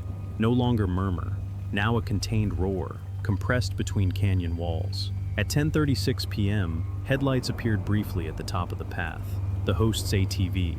He stopped at the ridge and shone the beam down into the wash. "You need to get up here," he called. No explanation, no apology, just instruction. At 10:37 p.m., the water reached the center of our site, cold against my boots, forceful enough to push against my ankles. The sand beneath us shifted unpredictably, turning from stable ground into slurry. Our son began to cry as we lifted him. The tent fabric dragged heavily against rising water, stakes now useless in saturated sand. At 10:39 p.m., another surge arrived, higher, faster. Not a breaking wave, a moving wall of dark water hugging the canyon floor. It filled the lowest contour first, which meant it filled our site before touching the slope leading upward. The host remained above us, engine running, lights aimed downward. He did not descend. The canyon amplified the roar now, turning it into something that sounded far larger than the visible depth suggested. Water does not need height to be dangerous. It needs velocity, and velocity increases where land narrows. The wash narrowed slightly just beyond our site. The water compressed, accelerated. At 10:41 p.m., I tried to grab the tent frame to drag it clear. The fabric caught current and twisted violently, poles bending under uneven pressure. I let go. It was no longer equipment, it was debris. "We're leaving it," I said. At 10:42 p.m., the water reached mid-shin. Still not chest high, still survivable, but strong enough to destabilize footing. The sand beneath my boots liquefied fully now, pulling at my heels as I tried to step uphill. Gravity worked differently when the ground itself was moving. The slope to the path was only 15 feet away. 15 feet felt longer in moving water. Behind us, another surge approached, visible now as a darker band rounding the bend. Not coming from above, not falling from the sky, rushing from somewhere we could not see, and it was gaining on us. The slope looked closer than it was. That was the problem. In daylight, it would have been a simple 15-foot climb from the wash floor up to the dirt path. At 10:43 p.m., with water pushing against my shins and sand liquefying under every step, it felt like climbing a moving escalator the wrong way. I lifted our son higher against my chest and angled my body sideways to reduce resistance. My wife grabbed my elbow for balance. The current wasn't deep enough to knock us over by itself, but the ground wasn't ground anymore. It was slurry. Each step sank half an inch, then shifted laterally as the water moved through it. At 10:44 p.m., my boots slid on submerged sand, and my knee dipped briefly into the flow. Cold water surged into my pant leg. The shock wasn't pain, it was disorientation. Cold, plus motion, plus unstable footing. My grip tightened around our son instinctively. My wife reached for the truck keys out of habit, then stopped. There was no truck down here, only the wash. At 10:45 p.m., another surge rounded the bend. This one arrived darker, carrying thin floating debris, twigs, leaf litter, small clumps of mud that had broken free upstream. Still not a towering wall, but faster. The sound in the canyon rose from roar to something more pressurized, like air being forced through a tube. The water struck the narrow point below our site and compressed. Velocity increased. A shallow flood becomes dangerous when it speeds up. At 10:46 p.m., our folding table drifted sideways and slammed lightly against the tent frame. The tent shifted. Not a full collapse, but it began to pull away from its anchors as stakes loosened in saturated sand. The fabric caught water like a sail. It twisted. The whole structure became a snag in a moving stream. At 10:47 p.m., my wife lost her footing for half a second. Not a fall, a slip. Her boot sank into a softer pocket, and the current caught her ankle. I grabbed her wrist. She recovered quickly, but her face changed. That was the first moment we both understood this wasn't inconvenience. It was timing. If we waited for gear, if we hesitated, if we argued, the canyon would not pause. At 10:48 p.m., we reached the base of the slope. The dirt path above was only a few feet higher, but the transition from wash floor to incline created a small lip of packed earth. That lip was slick now. Moisture from the flood had begun coating it. I planted my foot and pushed upward. The soil crumbled slightly, saturated at the edge. The path was stable farther up, but the first step required traction on a boundary that was actively dissolving. At 10:49 p.m., the host's ATV headlights aimed directly at us. He stood on the path above, body silhouetted against the beam. "Keep moving!" he shouted. No mention of why he had sent us down there, no mention of upstream release, just urgency now that water had arrived. I looked at him and saw something odd. He wasn't holding a flashlight. He was holding his radio, pressed to his mouth, talking to someone we couldn't see. At 10:50 p.m., my wife climbed first, grabbing at the edge of packed dirt and pulling herself upward with both hands. I followed, lifting our son higher. The current tugged at my legs as I stepped onto the lip. My boot slid. My foot searched for purchase. For 1 second, it didn't find it. The sensation was like standing on gravel that suddenly becomes fluid. I felt my body tilt backward. The water behind me waited for that tilt. I lunged forward and caught the dirt with my free hand. My palm scraped against coarse soil. Pain registered later. We cleared the lip. At 10:51 p.m., we reached the path fully. Instant relief. Not because we were safe, because the ground stopped moving under us. I turned back and looked down into the wash. The flood now filled the lowest channel completely, moving as a continuous sheet. It carried pieces of someone's plastic tote, a stray shoe, and our tent fabric twisting like a flag caught underwater. The water wasn't higher, it was faster. At 10:52 p.m., a fourth surge arrived and hit the narrow point near our site with a sound like a heavy breath. The canyon amplified it into a deep, pounding roar. The tent finally released from its last stake and spun downstream out of sight around the bend, dragged effortlessly by a force that had seemed small minutes earlier. At 10:54 p.m., my wife looked at the host, still standing above us. "Did you know this was coming?" she asked, voice strained. He did not answer immediately. He looked down into the wash as if he were watching a problem solve itself. Then he said carefully, "It happens when it rains up north." Not an answer. A statement that avoided responsibility. I stared at him. He kept his posture calm, like someone managing an inconvenience rather than a near disaster. At 10:56 p.m., the host finally stepped back from the edge of the path and motioned us to follow him uphill toward the upper loop. As we climbed, I noticed something else. A small sign near the junction where the path met the main loop. We hadn't seen it earlier in the dark. Flash flood zone. Do not camp in wash. The sign was not new. It was weathered, sun-faded. It had been there all along. At 11:01 p.m., I looked back down into the canyon wash one last time. The water kept coming, not in one dramatic wall, in surges, rhythmic, as if something upstream was opening and closing a valve. And the host, who had insisted the wash was quiet, had never once mentioned the sign. By 11:08 p.m., we reached the upper loop. The difference in elevation was less than 30 feet. It felt like another world. The ground was dry, gravel pads stable. Campers stepping out of tents, confused by the noise echoing from below, but not yet aware of its scale. The host parked his ATV near the main junction and shut the engine off for the first time that night. The silence that followed made the roar from the canyon floor clearer. It wasn't fading, it was cycling. Every few minutes, the sound deepened, swelled, then steadied again. Surges, not a single burst. At 11:12 p.m., one of the maintenance volunteers approached with a flashlight. "What happened?" he asked. "Flash flood," the host replied calmly. "From where?" "Up north, storm cell." The volunteer frowned slightly. "There wasn't any alert for this section." The host shrugged. "It drains fast in slot systems." Drains fast, the word again. I stepped closer. "You knew this wash floods," I said. He looked at me evenly. "Every wash floods," he replied. "That's what they do. That sign down there says not to camp in it." He paused just long enough to register that we had seen it. "It's a general warning," he said. "People ignore those all the time." He didn't deny seeing the radar. He didn't deny the upstream storm. He just reframed the risk as normal behavior. At 11:18 p.m., headlights appeared from the highway direction beyond the canyon rim. Not a civilian vehicle. County.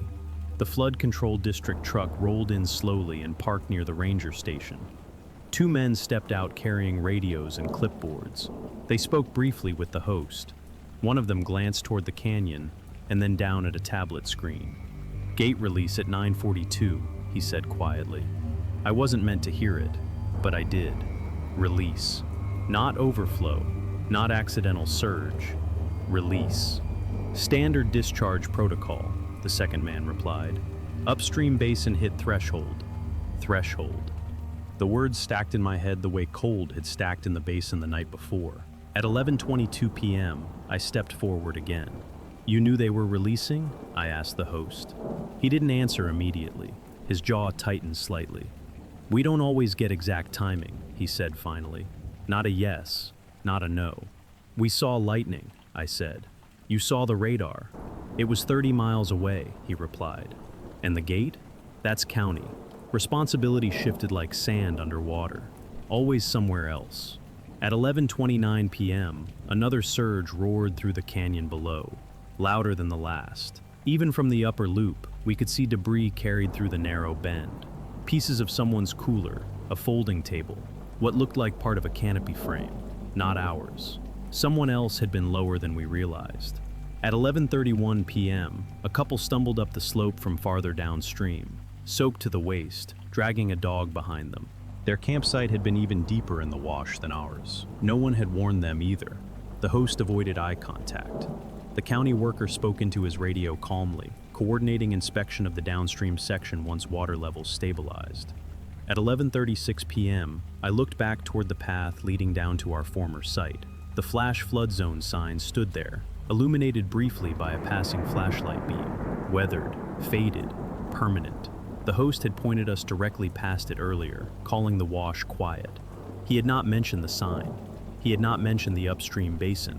He had not mentioned that when heavy rain hits 30 miles away, gates open to protect towns that sit even lower than we do. We had been placed at the first available sacrifice point in the drainage path.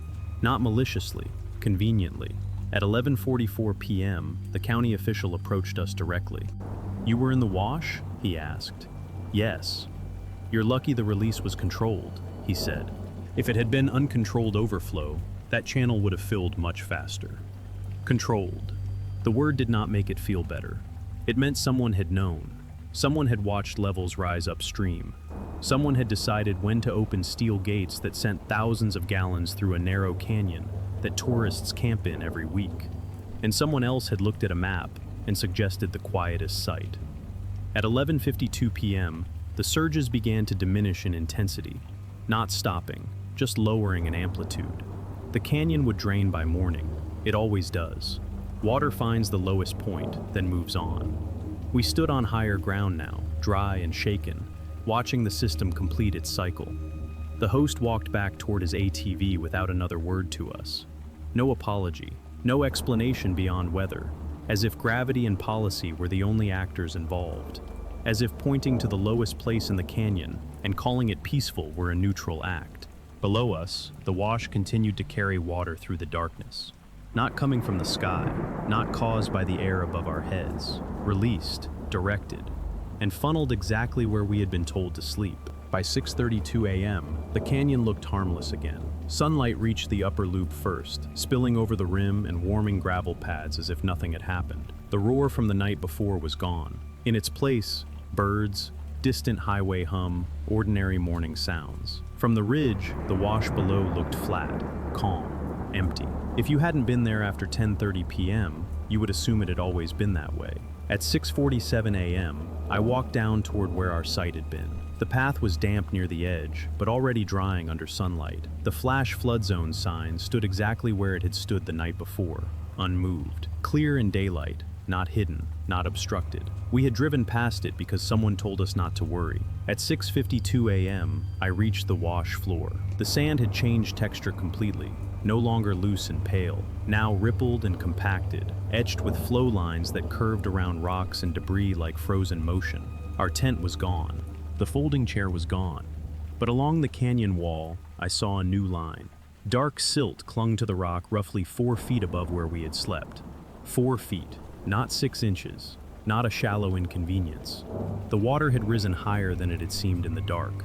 Velocity hides depth. Distance hides scale. At 7:03 a.m., a county truck drove slowly along the upper rim road. 2 workers stepped out again and looked down into the wash. One of them measured something with a long pole. The other photographed the high water mark on the canyon wall. Documentation, not emergency, routine. At 7:11 a.m., I heard the host's ATV behind me. He drove halfway down the path this time, stopping at the lip but not descending. "Glad you're okay," he said. It sounded rehearsed. "Does this happen often?" I asked. "Couple times a season," he replied. "Depends on monsoon patterns." "Even when it's clear here?" He looked up at the sky reflexively. "Storms don't have to be here," he said. "They just have to be upstream. Upstream, always somewhere else." At 7:16 a.m., a new truck pulled into the campground entrance. Out-of-state plates. A young couple stepped out and walked toward the host's small check-in table. Maps unfolded. Pens circled locations. I watched from below. I couldn't hear the entire conversation, but I saw his hand gesture toward the canyon, toward the lower section, toward the wash. He leaned slightly forward the same way he had with us, pointed lower on the map. At 7:21 a.m., the couple nodded. They smiled. They loaded back into their truck and followed the same narrow dirt path down. I started walking uphill immediately. By the time I reached the junction, they were already descending slowly into the wash, tires pressing into sand that had not fully dried. I raised my hand. "Hey," I called. They stopped and rolled down their window. "Did he tell you about the flood zone?" I asked. The driver frowned slightly. "He said it's quiet down there," she said. "Did he mention upstream release?" They looked confused. "No," the passenger replied. "It's not supposed to rain." It wasn't supposed to rain last night either. At 7:24 a.m., the host approached us. "It's fine today," he said quickly. "No storms forecast north." Forecast. The word again. He wasn't lying. He was managing probability, managing occupancy. The upper loop filled first. The wash absorbed overflow. Not just water, but campers. Buffer space. A place to direct the excess. At 7:29 a.m., I looked down at the sand again. Even in morning light, faint, darker streaks ran beneath the surface. Moisture that hadn't fully evaporated. The channel still held memory. The canyon walls still bore fresh silt marks. The system had reset visually, not structurally. At 7:33 a.m., I stepped closer to the couple's truck as they finished parking. "You should stay higher," I said quietly, "just in case." They hesitated, looked back toward the host. He stood on the path above them, watching, not intervening, just present. The couple exchanged a glance. Then the driver shrugged lightly. "It'll probably be fine," she said. Probably. That word again. We left at 8:02 a.m. As we drove out of the canyon, I glanced in the rearview mirror one last time. The wash looked peaceful. The sky was clear. The canyon quiet. No sign of movement, no visible threat. Just a low place between high walls. Waiting for upstream rain. Waiting for steel gates to open. Waiting for someone to circle it on a map and call it the quietest spot in the canyon. We didn't talk about it much on the drive home. Not because it wasn't serious, because it was too ordinary. Flash floods happen. Upstream storms happen. Gate releases happen. That's what everyone said. 3 days later, I searched the name of the upstream basin, not out of anger, out of curiosity. Public records were easy to find. Release logs, threshold reports, historical discharge data. The basin had automatic triggers. When water levels crossed a certain mark, gates opened in controlled intervals to prevent overflow toward the town farther north. Controlled intervals. That explained the rhythm, the pulses, the way the surges came in waves instead of chaos. At 9:42 p.m., the first gate opened. That was documented. We were already in the wash at 9:42 p.m. At 9:58 p.m., I had described the sound as a murmur, the timing aligned too neatly to ignore. I kept scrolling. Over the last 5 years, there had been multiple controlled releases during monsoon season. Not rare, predictable. What stood out wasn't the number of releases, it was the campground occupancy reports attached to them. The upper loop filled first on busy weekends. Overflow sites were used more frequently in high-traffic periods. Overflow meant the lower wash. I looked at satellite images next. From above, the wash was obvious. A pale channel carved between darker rock, directly aligned with the drainage path from the basin. Anyone studying a map could see it. Anyone managing the campground for years would know exactly where the water traveled.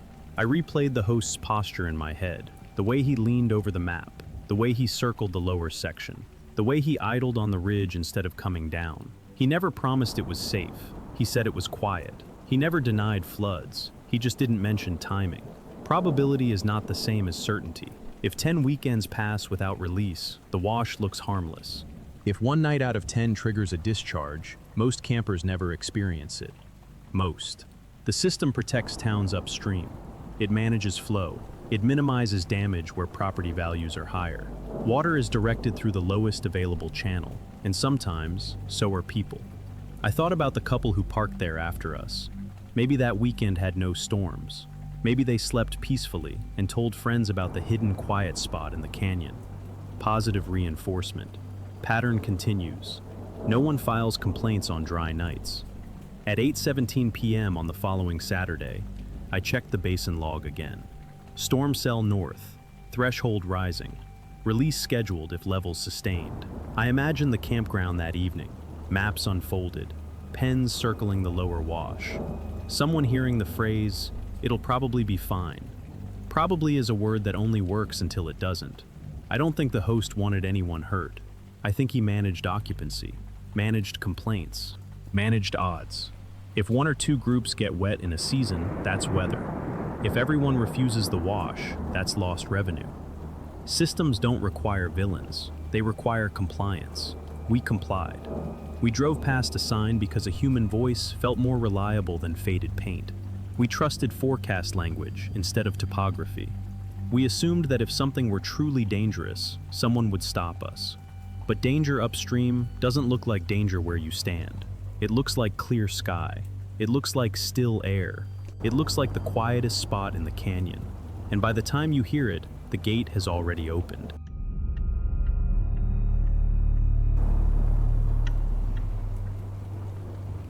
The lake was lower than it should have been. That was the first thing I noticed when we pulled into the campground. The shoreline sat 30 or 40 feet farther out than the photos on the state park website showed. Pale mud flats stretched between the current waterline and the marked swim buoys. The exposed ground looked dry on top, but darker beneath, like it hadn't decided what it was yet. It was late afternoon in northern Nevada. The reservoir sat behind a small concrete dam about half a mile downstream, feeding irrigation canals and a modest hydro station that most tourists never thought about. The upper campsites were already taken. RVs lined the gravel pads under cottonwood trees. Generators hummed softly. Kids rode bikes in loops around picnic tables. We were assigned Site 27. The map placed it near the water. "Best view in the loop," the ranger said casually as she handed over the tag. "Lake's low, so you'll have more beach than usual." More beach. That sounded like a bonus. When we drove down the narrow spur road, I saw the neighbor before I saw our site. A mid-sized fifth-wheel trailer sat angled slightly toward the lake, backed up farther than most rigs. The man outside it was in his late 40s maybe, wearing a faded baseball cap and gray t-shirt. He was coiling a hose with deliberate slowness, watching us approach. He smiled as we rolled past. "Good spot," he said, nodding toward the open stretch of mud between us and the water.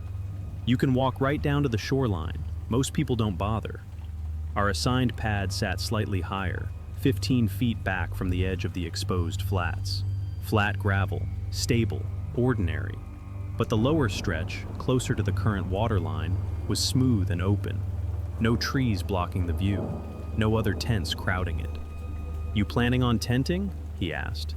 "Yeah," I said. 2 nights. He tilted his head slightly.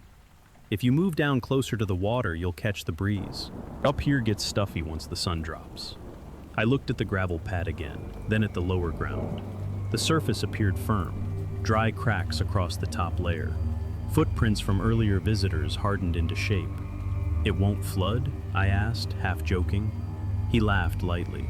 Lake's been dropping for weeks. They only release if we get heavy rain upstream. Forecast's clear.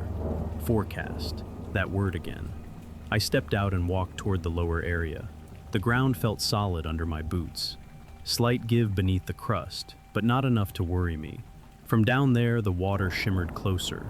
You could hear small waves tapping against newly exposed rocks. It felt private. The man walked over, hands in pockets. They dropped at about 6 feet last month, he said. You're basically camping on yesterday's shoreline. Yesterday. That didn't sound threatening. It sounded recent. Does it ever come back up overnight? I asked. Not unless they're generating, he said. And they don't do night runs unless it's hot season.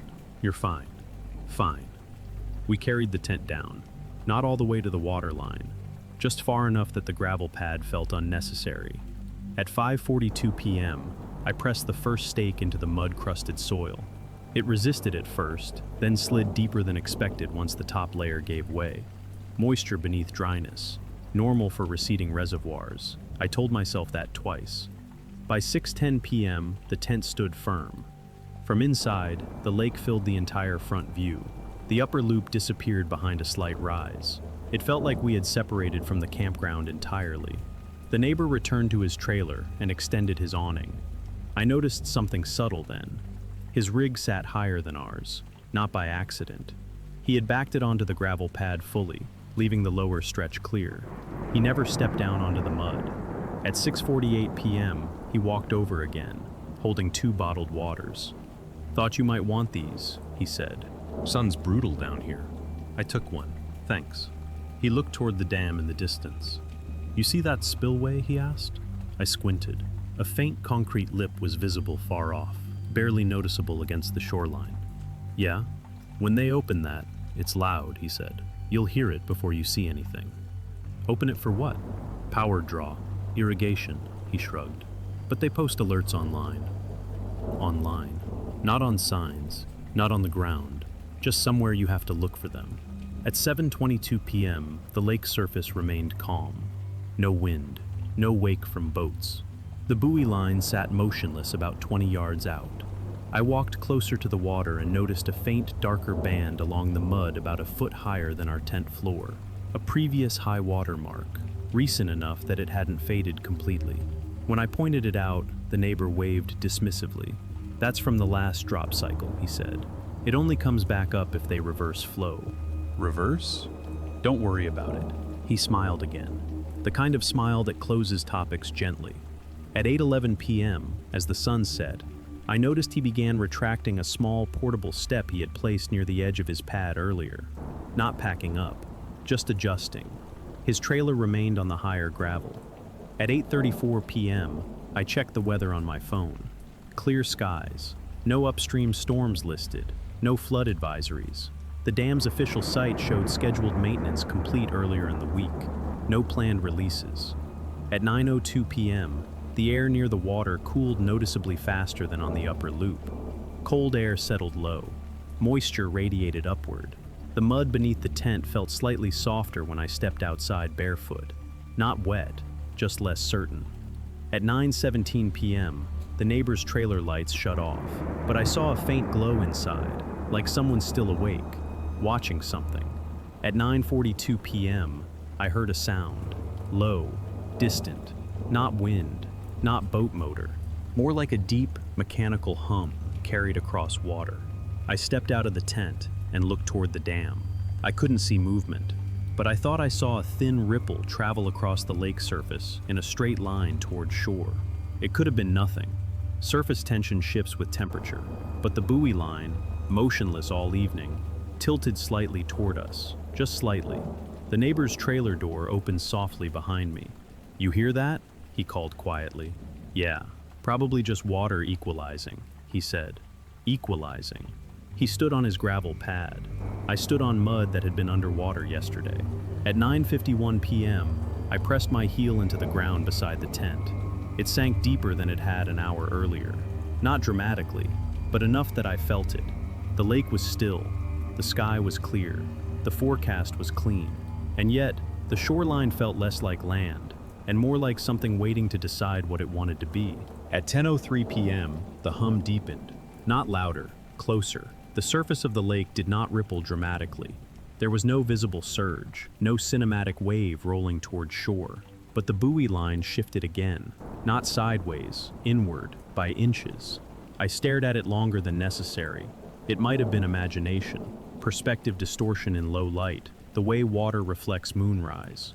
I walked back to the tent and pressed my palm flat against the ground near the front stake. Cooler than before. Not wet, but no longer dry in the way packed soil feels dry. Moisture was moving upward, capillary rise. I told myself that because it sounded scientific. At 10:11 p.m., the neighbor stepped out again. He didn't come down to the mud. He stood on his gravel pad and looked toward the water. "You see the line?" he asked quietly. "What line?" "The way the reflection hits that rock." I followed his finger. A faint wet sheen had formed around a cluster of exposed stones that had been fully dry at sunset. "That happens sometimes when they adjust flow," he said. "Minor fluctuation." "Scheduled?" I asked. He shrugged. "They don't always publish small corrections." Corrections. The word implied intention. At 10:19 p.m., I checked the dam website again. Still no alert. Still no release notice. The status page showed operational, stable, stable. The buoy line moved another inch. I was sure of it this time. The neighbor leaned against his trailer casually, arms folded. "You're not worried, are you?" he asked. "Should I be?" He smiled faintly. "If it was serious, they'd blast sirens. You'd hear trucks." No sirens, no trucks, just the low mechanical hum. At 10:27 p.m., I stepped closer to the water line. The mud where I had stood earlier now carried a faint gloss. Not pooling, not puddled, just reflective. My boot left a deeper imprint than before. When I lifted it, water slowly filled the shallow depression from beneath, not from above, from below. At 10:32 p.m., a small wave lapped against the darker high water mark I had noticed earlier. It didn't crash, it touched, retreated, then returned half an inch farther. The neighbor's awning retracted automatically with a soft motor whine. He hadn't been under it. It didn't need to close yet, unless he expected something. At 10:38 p.m., I noticed his portable cooler had been moved from the edge of his pad to directly under his trailer steps. Higher, not dramatically, but deliberately. He saw me watching. "Dew gets heavy down there," he said, nodding toward the mud. "Dew doesn't push buoy lines." At 10:44 p.m., I returned to the tent. Inside, the air felt heavier. The ground beneath my sleeping bag no longer felt rigid, not sinking, just less certain. I pressed my hand down flat again. The soil yielded slightly, like a sponge beneath a thin crust. At 10:51 p.m., the hum changed tone. Higher pitch, shorter intervals. I stepped outside once more. The water line had advanced nearly a foot from where we first pitched the tent. Still far enough not to cause alarm. Still slow, but continuous. The neighbor's trailer lights flicked on briefly, then off again. Movement inside, a shadow crossing the curtain. At 11:03 p.m., I called out quietly. "Is that normal?" He opened the door and leaned out. "Completely," he said. "It equalizes overnight sometimes. You'll wake up and it'll be the same as it was at sunset." Equalizes. But equalization suggests balance. This felt directional. At 11:12 p.m., a thin thread of water reached the lowest edge of our tent footprint, not entering, just touching, testing. The mud beneath the fabric darkened. I knelt and lifted the corner slightly. Water pooled immediately beneath, clear, cold, not from rain, from rise. I stood slowly and looked toward the gravel pad. The neighbor was now sitting inside his trailer, door closed. Engine lights on, not headlights, just interior dash glow. Why power the engine if you're staying put? At 11:18 p.m., the hum intensified briefly. The lake surface, once glassy, now showed small, uniform ripples traveling steadily toward shore. Not wind-driven, mechanical.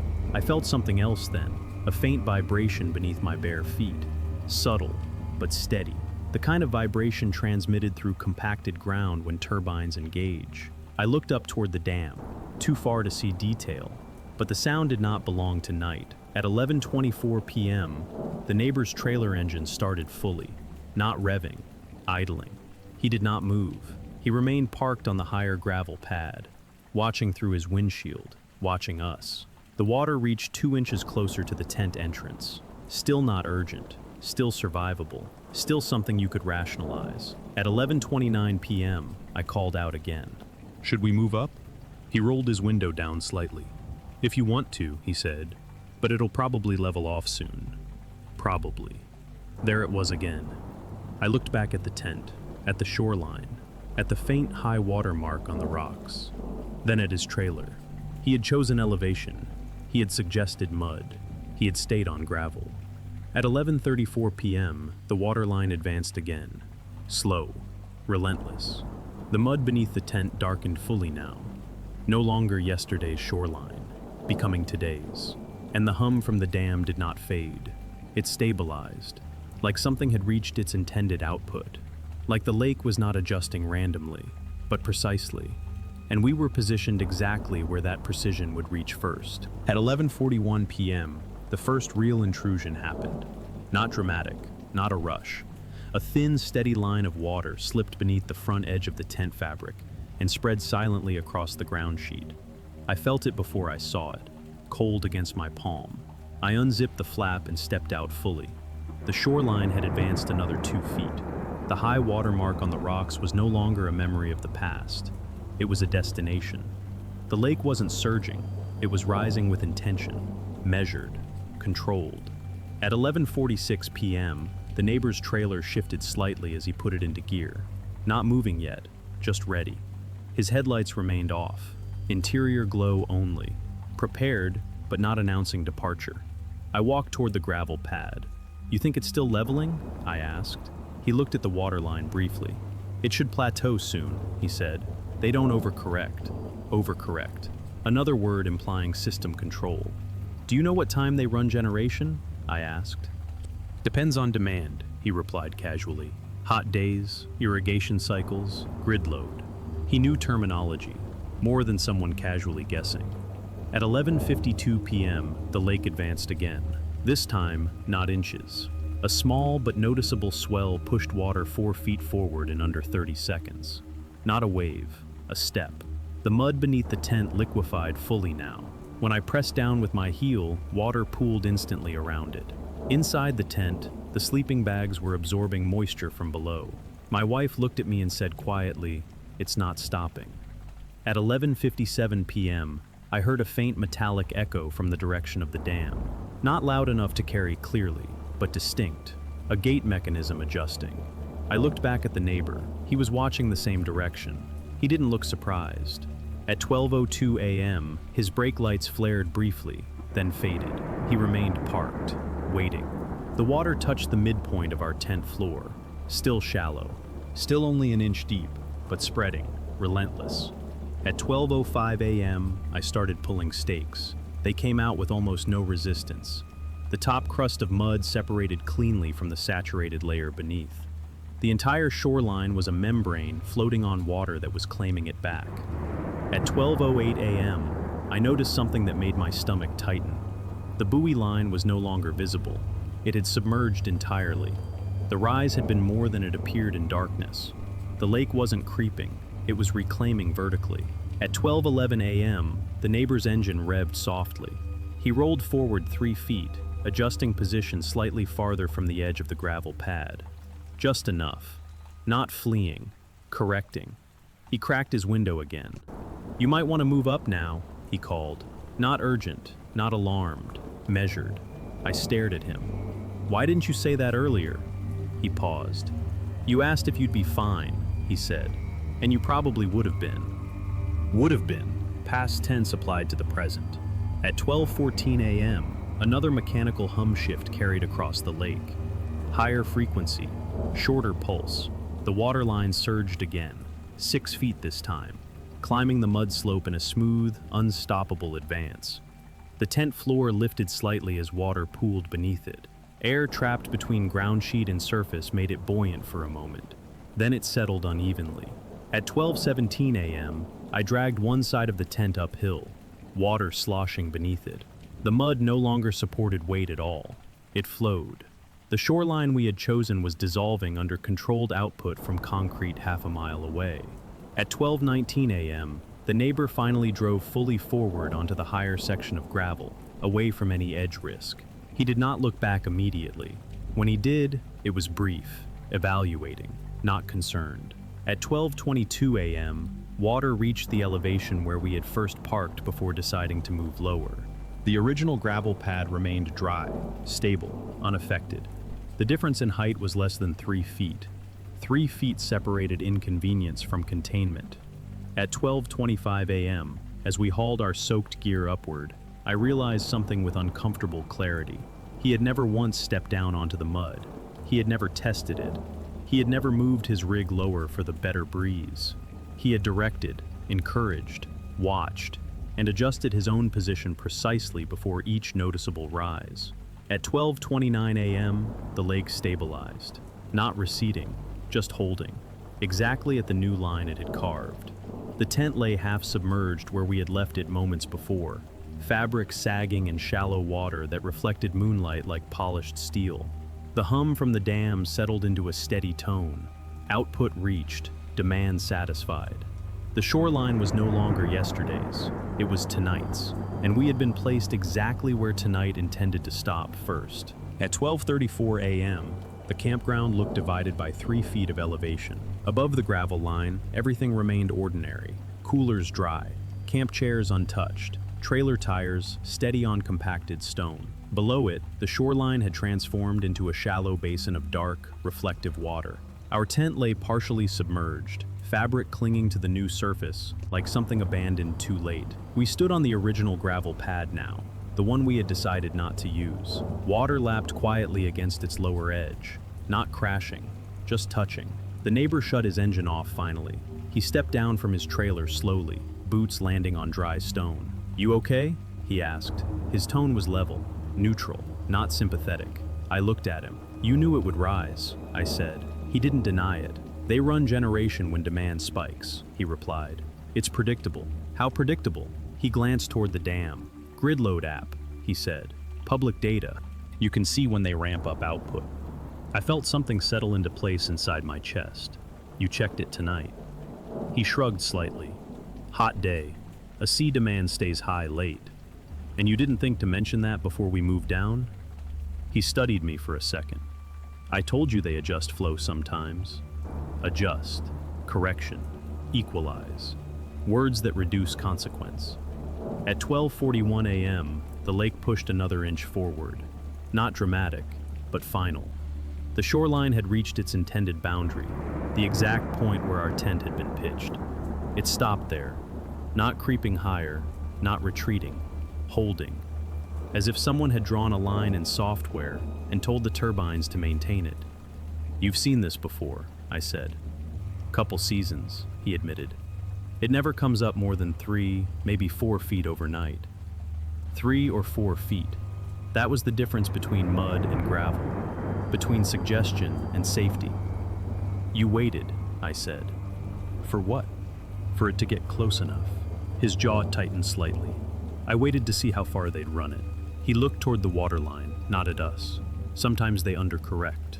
Undercorrect. Meaning sometimes it wouldn't have reached us at all. Sometimes the gamble pays off." At 12:48 a.m., I replayed the evening in my head.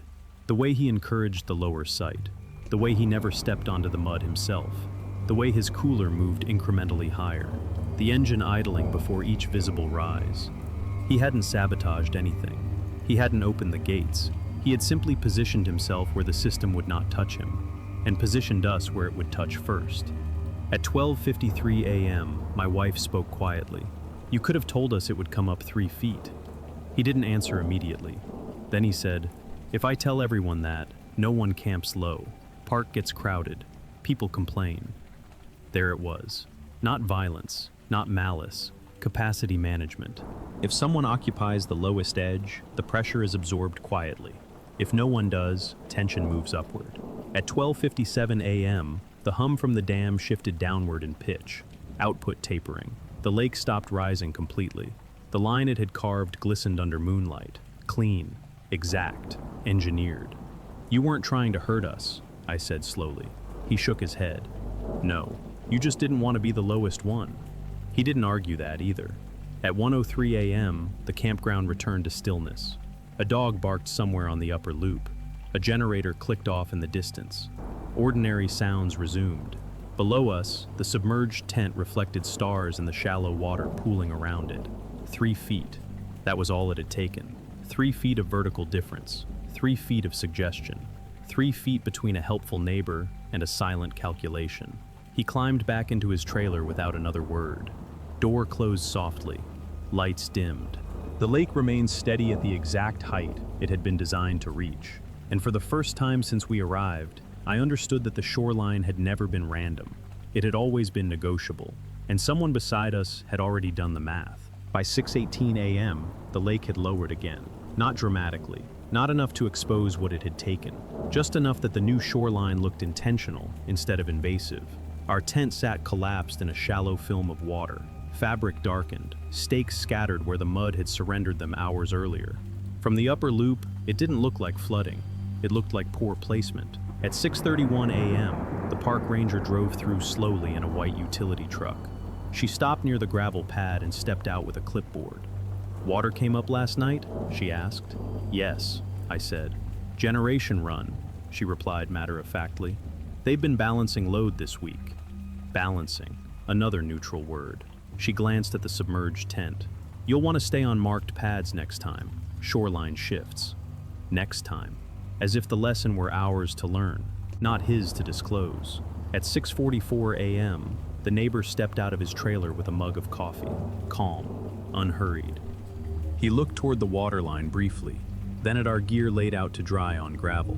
"Came up more than I thought," he said casually. I watched him carefully. "You said 3 feet. Guess it was closer to 4, he replied. "Guess." At 6:53 a.m., 2 new campers arrived and parked along the loop. A small SUV, tent gear strapped to the roof. They walked toward the ranger station and unfolded a map. The neighbor remained by his trailer, sipping coffee.